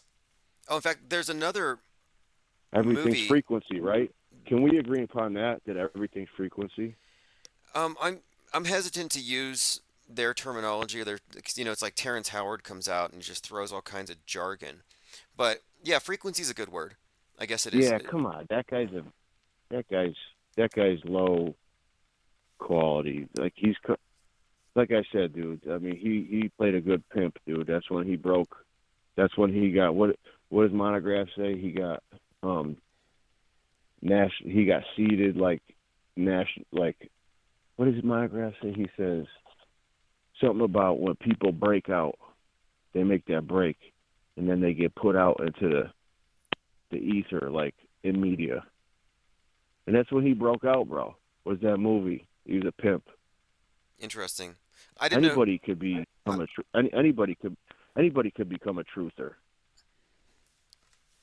Well, and then he's a trutherism, celebrity. yeah, trutherism I, itself is the gate only kept by the only time I heard celebrities. about this stuff was like from you and a little bit of other stuff. They And come bring on, out he's like they he's bring not. out celebrities to gatekeep these topics, and then it gives it credibility. Like these guys are rogue. Like Prince comes out on TV and he talks about chemtrails, so people are like, "Oh, chemtrails must be true because Prince." It's like reverse psychology. It's like they don't think that you Well, would have. Prince was deeper than Terrence Howard. Well, yeah, I would Prince say was way deeper, right? probably. I mean, I don't know. I only listen to him talk about chemtrails, but If you're making music like allegedly he did, was like a producer, and it was like deep, there was like meaning in it. I don't even know that much about Prince, do you know but about his I sister? could off the cuff. Do you know about Tika? I've heard plenty of stuff. I've heard plenty of stuff. What I don't remember about his sister. That he is his sister. That Prince is his sister, Well, and he showed up at his that's a own. whole other ballgame, dude. I mean, look, I don't trust. That's what I'm That's like a saying. whole nother Like, ballgame with why the am I going to whole trust this guy about like chemtrails the when whole. when he's a death faker and a deep No, I'm not faker? saying trusted, dude. We're comparing and contrasting here, bro. We're actually kind of like sidetracking, right? Right, right. No, I'm just pointing out that I don't trust any celebrity truthers ever. So, I think what's the main thing we should talk about right now? Because I got a couple notes here. But what do you think? Well, the main thing we've been talking about as of late is, well, let me bring this up really. This is strange because we talk about predictive programming, and I recently watched a movie called A Man in Full, and it's obviously based on Trump, and he dies at the end. Well, anyway, A Man in Full is based on a book by Tom Wolfe that came out in 1998. So they take a Tom Wolfe novel and make it about Trump. Well, just a few days ago, an article came out. I like the last name. Yeah, yeah, Tom Wolfe. Well, um, there's another Tom Wolfe book called Bonfire of the Vanities, and this book is now being compared to Donald Trump. So this is two times now that I feel like Donald I Tr- heard that title before. Bonfire of the Vanities. Well, it's the title of a painting as well, and it references idolatry and the destruction of things that I guess lead people to ego and vanity. But my point of it is, Tom Wolfe has two different novels now that constitute predictive programming for the character that we're collectively experiencing as Donald Trump. And these are books that are like 25 years old. So it's not like it's even recent. So they introduced the concept of Trump as he is today before he was the way he is today. Does is it as a character or is like a character as Trump?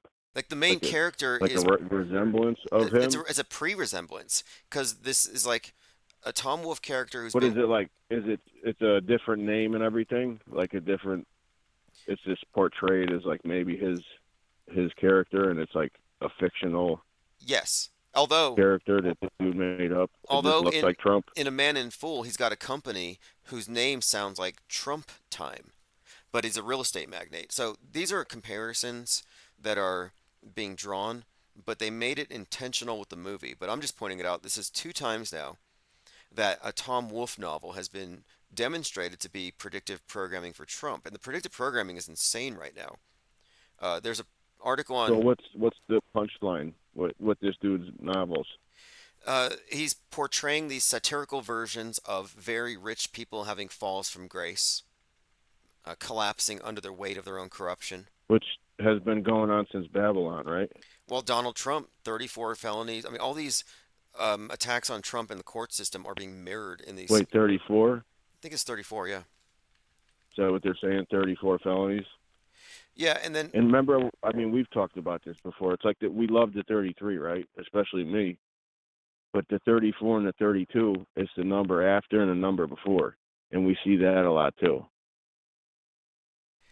yes, yes. And look, one of the other things too, Civil War just came out. The movie Civil War, it's got Trump at the end, he dies.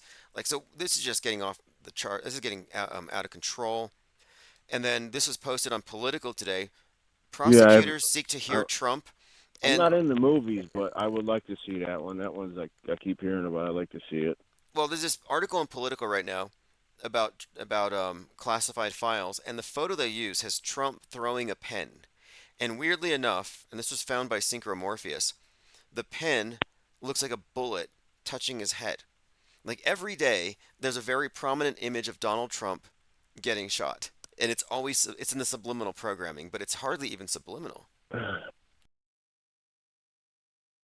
You know, it's funny you say that because I was just thinking as you were going, because you kind of like I said, what's the topic, right? And then you led with what you're saying, and then you're talking about it, and it's like me and Trump, like, bro, it's me and Biden, but Biden just seems worse because he seems senile. Which who knows? Maybe he's just playing a role, right? But Trump, same thing. He seems better to like a right wing person. I guess I'm not right or left, but Well, I I guess would you could disagree. favor one Look, side or the people other. may Like if say they may I don't say vote, doesn't but matter. if I had to vote, if I had to, I wouldn't vote for Biden because he seems senile. I'm not saying he is, but he seems senile. Well, Trump look, seems like he's everybody with is it more. programmed. So my No, point is, everybody is my programmed. point is though, is I with the whole Trump thing and the whole like you're saying the head wound, like you're going to, I think you're going towards like head wound thing, Sure, sure. Yeah, that's what is being insinuated here. right? But And that's an ancient thought. yeah, but wait, well, really quick here, because I think this is important. Some people say I'm not left or right, and I'm saying everybody's programmed until you're deprogrammed. And if you're a conspiracy theorist, or you don't trust the news, or you follow any conspiracy theory narratives, you're pretty much on the right when it comes to the MSM box. You I know. That's what I was saying, right? So I'm saying is that like That's what I was. you I can't say mean, you're not left or do right. you consider yourself leaning right? Do you Um, consider yourself leaning right? the way that the political horseshoe is construed right now, I'm not on it because it's predicated upon lies, a history I don't All right, trust, and fair enough. I don't vote for actors Fair enough. who are perpetrators of major I league don't vote. I suicides. don't vote at all. Well, my point is that not only do I not vote, I don't vote at but all. I don't believe that. Um, First of all, I don't believe in nukes. Well, Every none of us believe. No, what I'm saying, okay, nukes are fake, bolt cut shooters are fake. You're There the is no gun lieutenant, grab. bro. I I know don't you believe don't in believe. You pandemics. know, I and don't you believe can't in believe any of the lies in the major middle of belief. psyops. I don't even believe in the mainstream history. So I'm not a participant. So no, I'm not left or right. But what I'm saying is that if you're still a believer in any of it, even nukes, or climate change or chemtrails or any of these things, if you believe in any of these things, you're in the box. And whether you're left or right depends on which side you take. But anyway, appreciate your call. I don't. I have another caller calling I, in. all right, man. Yeah, hey, can I tell you one thing Sure. before you hang up on me? I'm sorry for talking over you. I'm sorry for talking over you. I know. So I went to Yale today, And and I I went to the Peabody Museum. It was nice. There was a lot of, So I went. I said, well, let's get something to eat, some drinks. We went down towards the tomb, and on the way to the tomb, which the tomb is the tomb, right? It's really there's not much there except for it just looks significant. It just looks like a structure significantly, like plain Jane, right? But on the way there, the buildings on the way there, it was like looking at Vatican stuff, and there was faces, like all the carving stones up on the arches and the, the lentils and dude. And I've been there before, but it's been a while. And the stuff up there is, and I got this from other people that go out to certain places, especially like in Europe, and look at the churches so and you look saw at the what's up tomb there. from the And Skull and Bones Society. You saw their tomb. today, yeah. But the other stuff was more interesting because the tomb is plain Jane. The other stuff around it, the significant buildings around it, had very great. I mean, there was. I didn't see any gargoyles, but I saw rams coming off of a really tall building on all four corners that looked like gargoyles, but they were rams. I took pictures of everything. I heard And then that within there was the tomb, there's a room where every single wall and every space of ceiling is covered with license plates that have the number 322. So if you have the number 322 on your license plate, you're likely to have it stolen by a skull and bonesman, and it'll end up at the tomb. yeah, they got a lot of money there, man, because that is so significant there. I'm like, man, these people got their resources, then they got their realty. And it's like walking through the Vatican when you go through there. These buildings are all stone mason buildings, and they're extremely significant, and they have ornate stones placed within the arches and lentils, and the windows were a lot of the windows were stained glass, and like you go to the top and there's stuff in the stained glass, and it was cool. I haven't been there in a while. It was a nice day. And that's kind of what I was just like calling in to like say what's up and tell you Cool. that. And Yeah, yeah. Well, look, I appreciate you, dude. I'm sorry about whatever, but I appreciate you. well, next time take some pictures. I'd definitely like to check out the tomb. Very I interesting got place. pictures. Okay, I okay. got pictures. I got your email. Okay, send them to me. Send them to me. Reply to the newsletter. For those who don't know, subscribe to the newsletter, ipr.monster. You can subscribe. Maybe you can go in there and get a picture of Geronimo's skull. Anyway, appreciate the call, and yeah, hit me up with I would pictures. love to. Yeah, take care. Awesome. Okay, last caller, if you want to jump back on here. Let me see what's going on in the comments. Apparently, Mike D is chatting up a storm, but he's not showing up on my screen, so I don't know what he's talking about. No big deal. But yeah, caller went to the Skull and Bone Society. A little bit of a background. Order 322, which coincidentally, March 22nd is the date that the Georgia Guidestones, which look like a skull and crossbones from above, appeared in Georgia. 322 is the date that the Freemasons, I'm sorry, not the Freemasons, the Knights Templar were disbanded, March 22nd, 1312. Let's see. Bruce Wayne, Batman's great grandfather, was the founder of the Skull and Bones Society. You can learn about that if you look at episode, I believe it's episode 66. I know it came out here. No, episode 33. Look at these numbers. Episode 33, Batman 1966. This is the one we learn that his great grandfather founded the Skull and Bones Society. And that is Bruce Wayne's grandfather, Mrs. Cooper? His great-grandfather. I understand he was tapped for Skull and Bones. Tapped for it? Sir, he founded Skull and Bones. Tapped for it, sir, he founded Skull and Bones. Interesting connection there. Batman, Skull and Bones, what could it be? The Bat has tremendous significance today. Christopher Nolan and Batman has inserted the Bat into our collective psyche as another version of the Phoenix. That's why the Bat was so significant in 2020.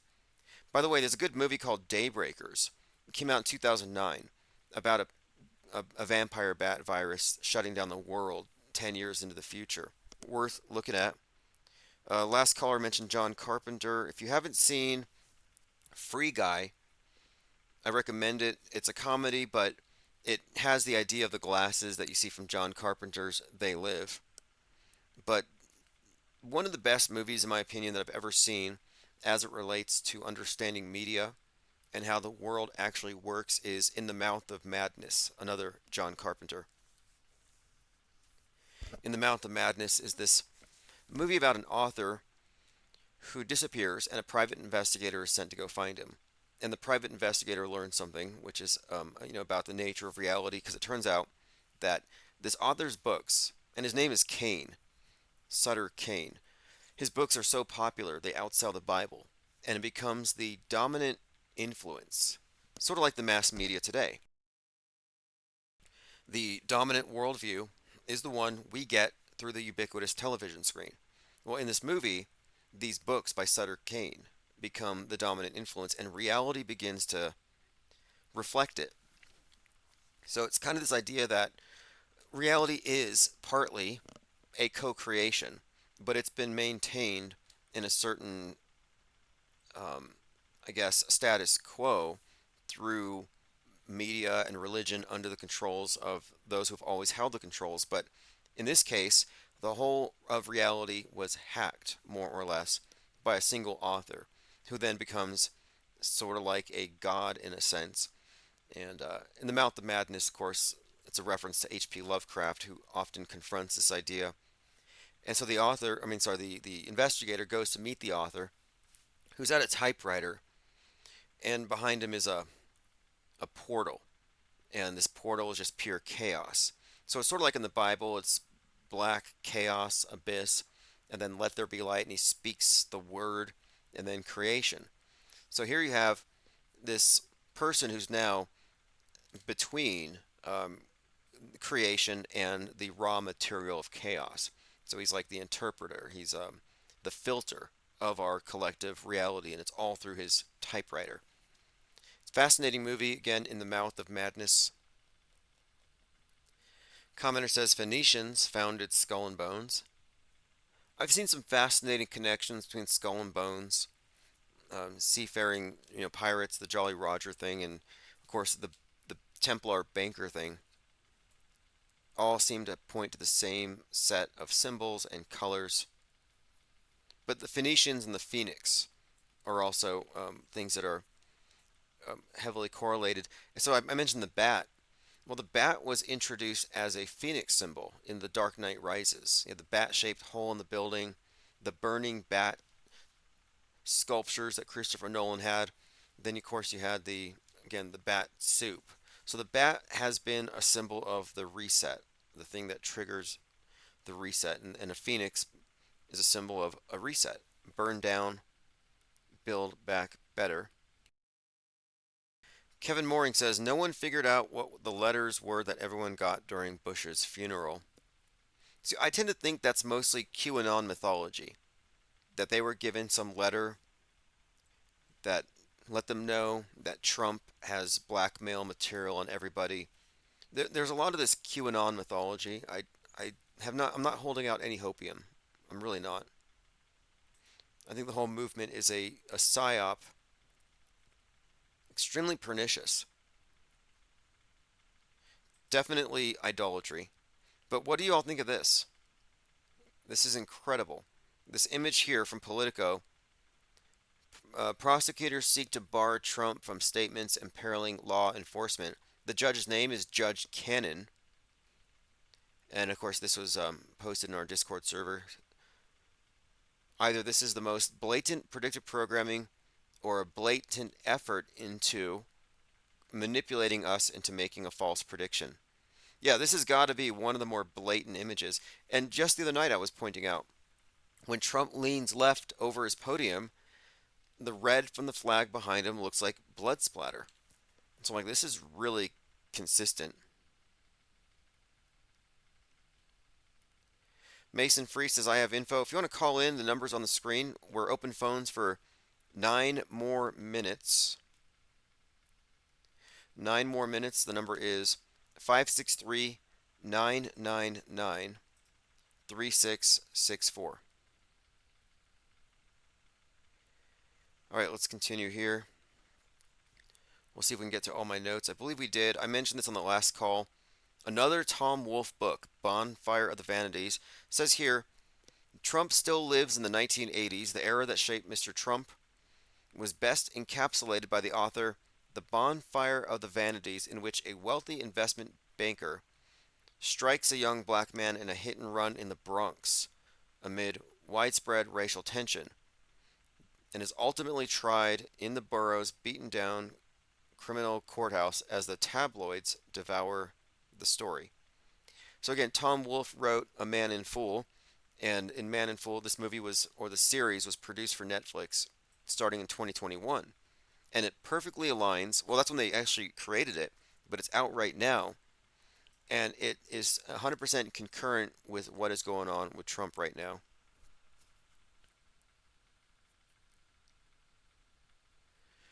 All right, let me see what else we have here. Jessica Lynn says, I'm here from Garrow. Yeah, we have a lot of people from his channel. We've been following it. We're getting close to 611. Again, the nuking of Seattle. Now, my contention here is that everything is mind war. The world is not ending. But it does appear to be the case that we're approaching a major plot twist, a 9/11 sized plot twist. Look at this image here. This is at Crotona Park. Hashtag no Trump. Trump on his side. Looks like he's bleeding, but no, that's an ice cream cone on the side of his neck. It's just so pervasive. I don't think we're being led to make a false prediction because the fact of it is, predictive programming awareness is relatively new, but it's the standard operating procedure and always has been. We're just noticing it. So they're not trying to get us to make a false prediction. They're getting us conditioned for what they're going to fake. Diana South says Kraken, Elvis, tsunami. Oh yeah, there's definitely a thread making sense of all of that in great detail. The Kraken, Godzilla. Godzilla for the last year has been a very incredible symbol in all of this because it's a metaphor for the nuke, which solidifies beast from the sea and the nuke. And as I've said before, the Barbieheimer thing was always meant to correlate Barbie with Babylon and the nuke with the beast. So the Kraken, the nuke, it goes pretty deep, and they're pre-selling us on things. And it would seem that just as Trump is represented on the world stage as the Biff Tannen Antichrist type figure, Elvis, as the first caller was describing, the rock star is how you would represent a fallen angel, Lucifer, the devil. Then there's this 33 seconds of darkness. Trump speaks at annual NRA meeting. So, NRA meeting, crossed guns with the American eagle, which is really a phoenix. and it goes dark for 33 seconds. And just keep in mind, he's aiming to be president 47. We're in the 47th election, or the election for the 47th president, and it was the Super Bowl 47 that went dark for 33 minutes. So I'm just pointing it out here. Strong connections between the 33-minute blackout, Super Bowl 47, and where we are right now. I would consider that to be predictive programming. And we're still living in the wake of Leave the World Behind, which is everyone's frame of reference for what's about to happen. Here's an image I generated after I spoke with Jurassic Liars a couple weeks ago.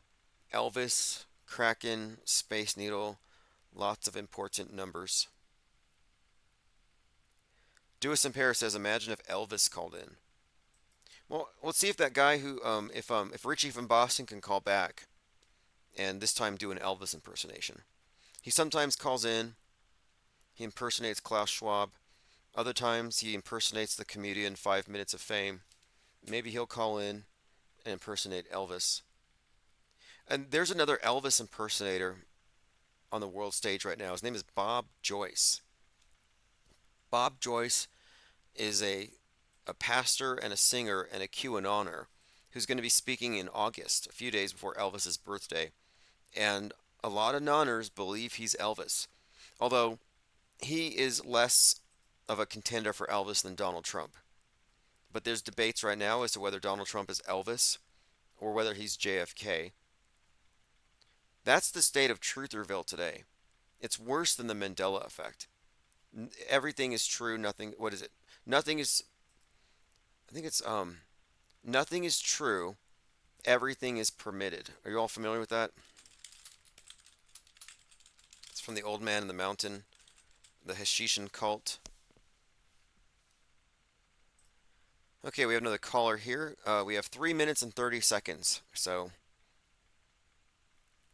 Hey everybody, I'm Job Boyce. I'm the world's first Bob Joyce impersonator. Oh, awesome. Okay, we got Bob Joyce. Hey baby, I'll tell you, never since I had my blue suede shoes have I loved international plain radio. And as a Job Boyce impersonator, I want to tell you about the Lord Jesus and how he saved me, and how you should watch the movie Bubba Hotep. It's a documentary. All right, well, we have your picture up on the screen. This is Bob Joyce, and some people believe that he's Elvis. I believe you. I'm Job Boyce, no relation to Bob Joyce. Oh, yeah. All right, well, hey, I appreciate it very much, and I look forward to your appearance in Seattle. Thank you, Tim. It's always great listening to you. You know what I mean? You make my jailhouse rock. All right, baby. All right, we'll see you in Seattle on 6/11. Mason Free says stay away from Seattle. Yeah, look, it's happening. It's going down. And if you don't know the whole story of Seattle and Elvis, you got to listen to JL. I see more Kenny Rogers. Yeah, this is just shameless manipulation. I don't think it's close at all. It's got to be some sick joke. But he's speaking at a QAnon conference, and it's the QAnoners who believe it's him. Scroll up here. There's your evidence. They have the same eyebrow. Okay, well, this is Infinite Plane Saturn Day for 5/25/2020. We didn't have anyone call about George Floyd, Derek Chauvin, Ashley Babbitt, all death fakers. Yeah, I don't understand this QAnon fixation with this character, but he's going to 90 seconds. He's going to be giving a speech at one of these events very soon. I'd like to attend. Okay, so phones are now closed. I appreciate all the callers and all the comments. We opened up with a very angry voicemail from an angry glurf, which is typical. You know, they're really mad at non-believers. You don't believe in their idol. Jessica Lynn says JFK Jr. is still alive, don't you know? That's far more believable. I'm just trying really hard to separate from this way of I guess, arriving at beliefs, which is if it's not on the mainstream, I believe it. So they just believe everything else. And the truthers have become what we would term here auto disbelievers. So, what is an auto disbeliever?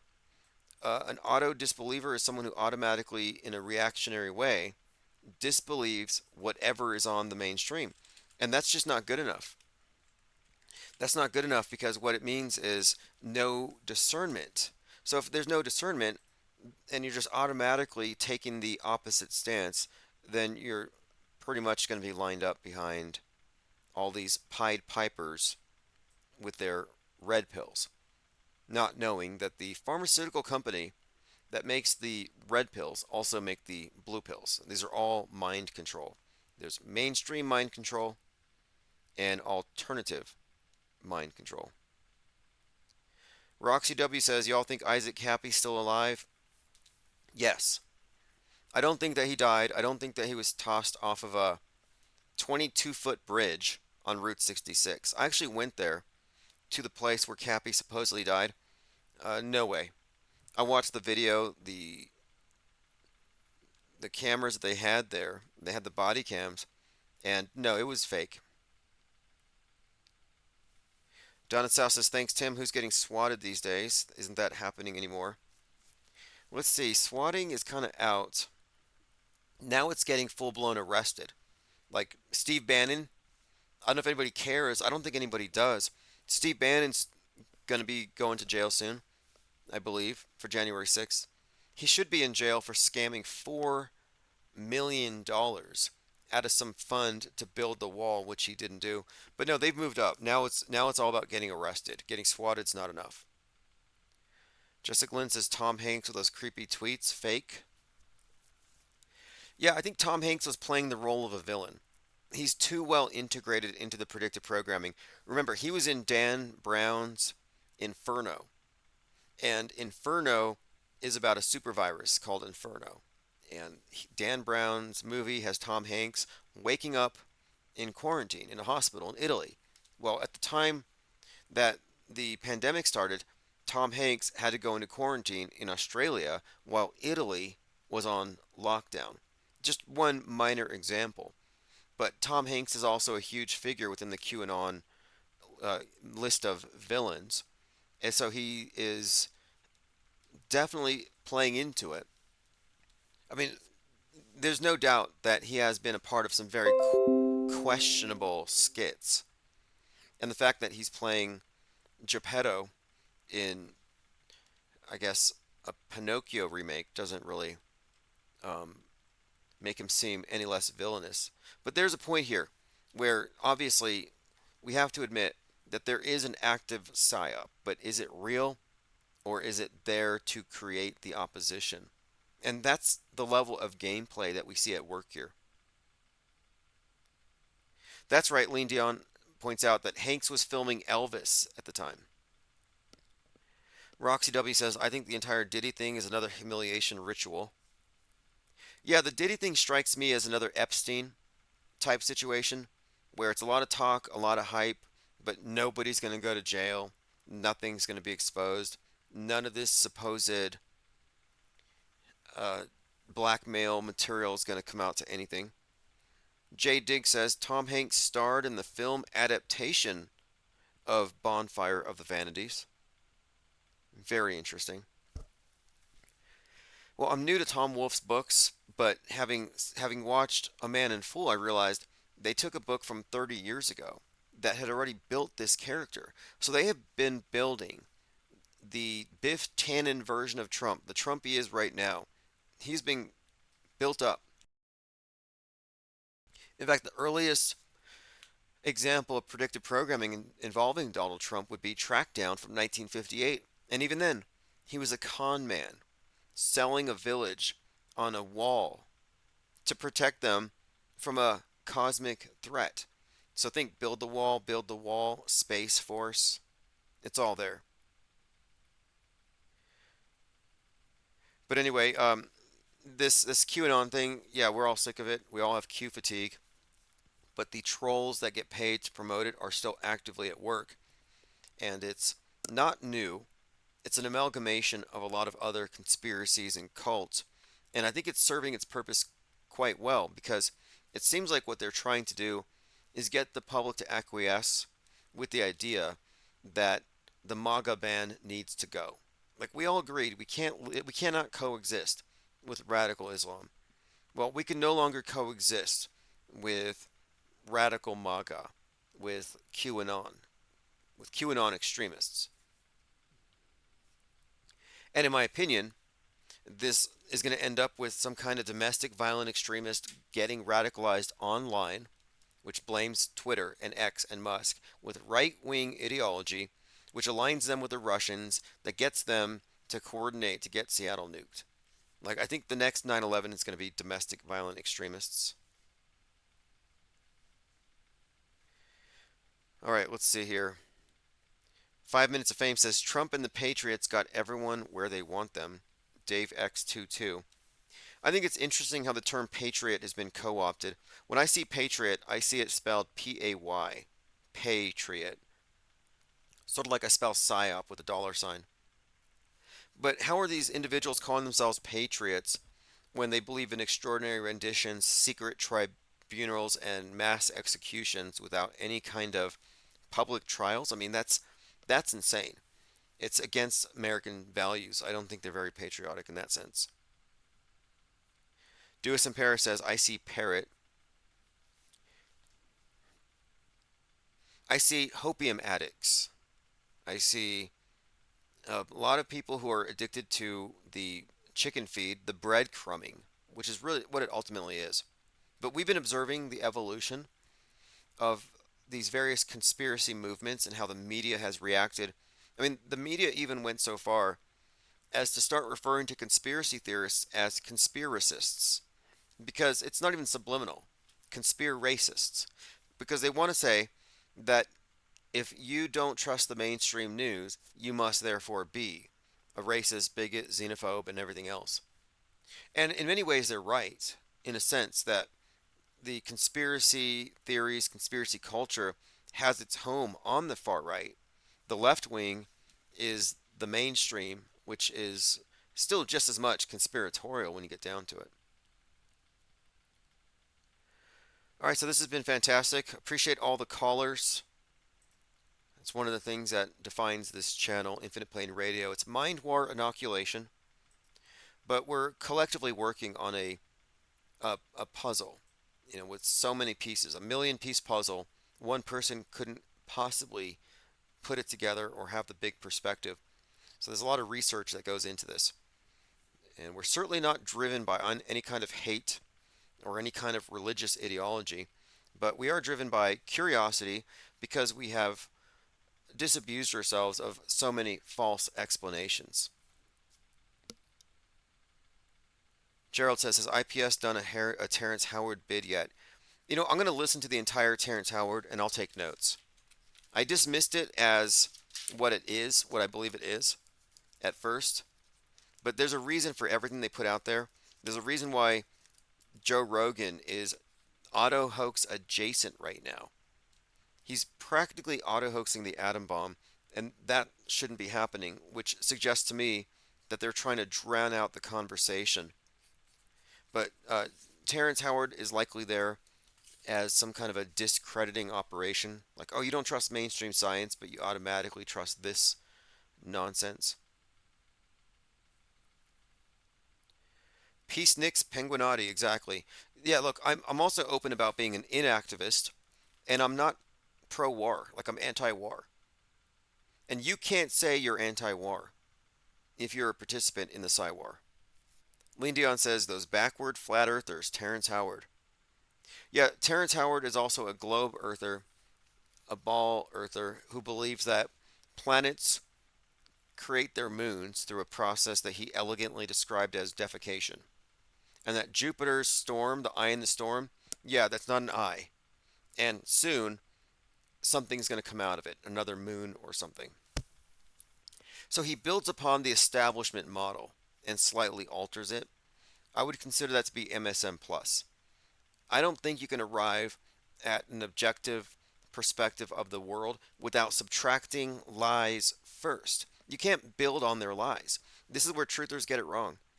They're like, oh yeah, that shooting happened, but it was direct energy weapons and black ops and MK Ultra SSRIs.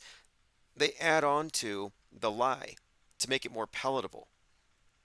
So I don't do that. I subtract from what can't be verified. So I don't believe outer space exists. So I'm not going to try to redefine space with some new rules. You cannot make an accurate observation of objective reality until you step outside of the box. Truthers are, by default, one step deeper into the box. In fact, you go from being a comfortable, dreaming blue pillar, living the dream, to a triggered red pill truther living the nightmare. And the nightmare is not awake, it's a deeper level of programming. All right, let's continue here. Just catching up on a few more things before we go.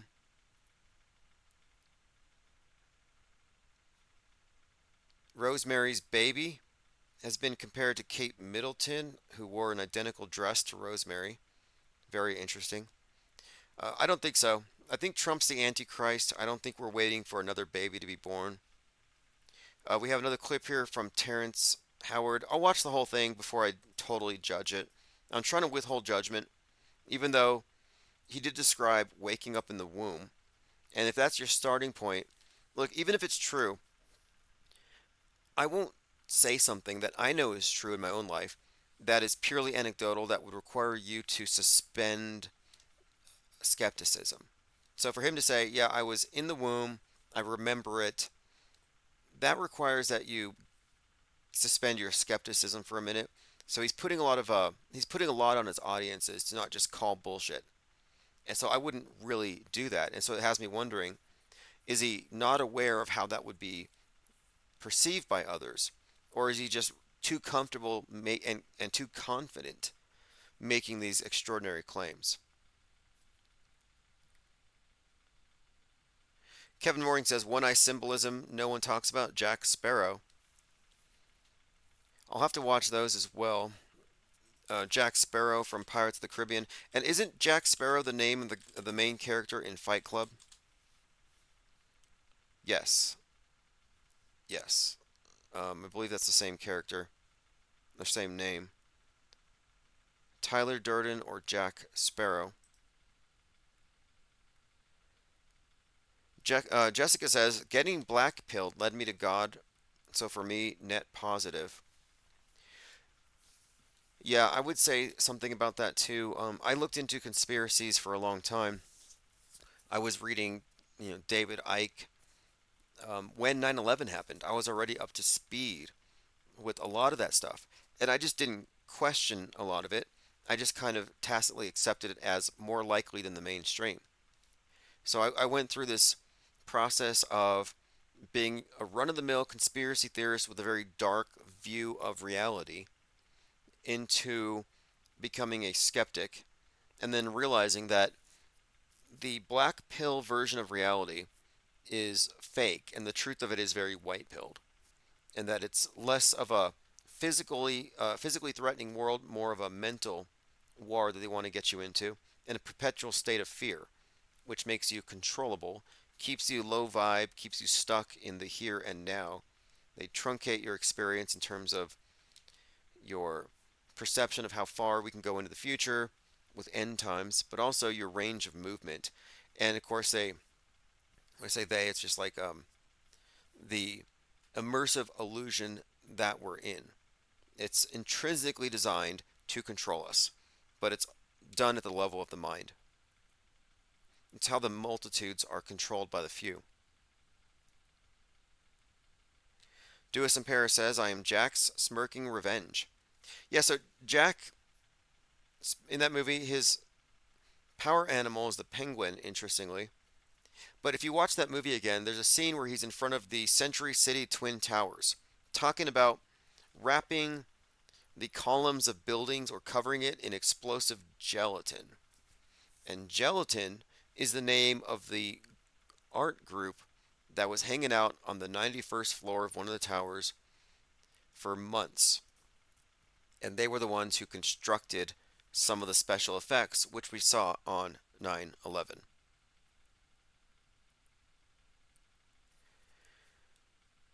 All right, by the way, if you want to continue this conversation or if you want to chat in groups, you can join us at Gilded or at Discord.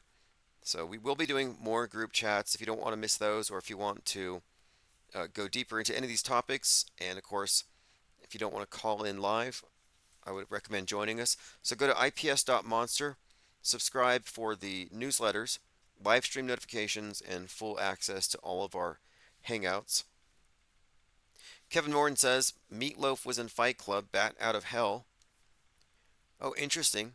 By the way, Meatloaf was at JFK's assassination. He ditched school that day, and he went to Parkland Hospital, where JFK was pronounced dead 17 minutes after he was shot, and he got some of the blood on his hands. It just shows you how far back these crisis actors get their gigs. And these are like lifetime gigs. Alright, this is One-Eyed Jack and the Shells, Death to the Ball, Requiem in E minor. We'll see you all tomorrow.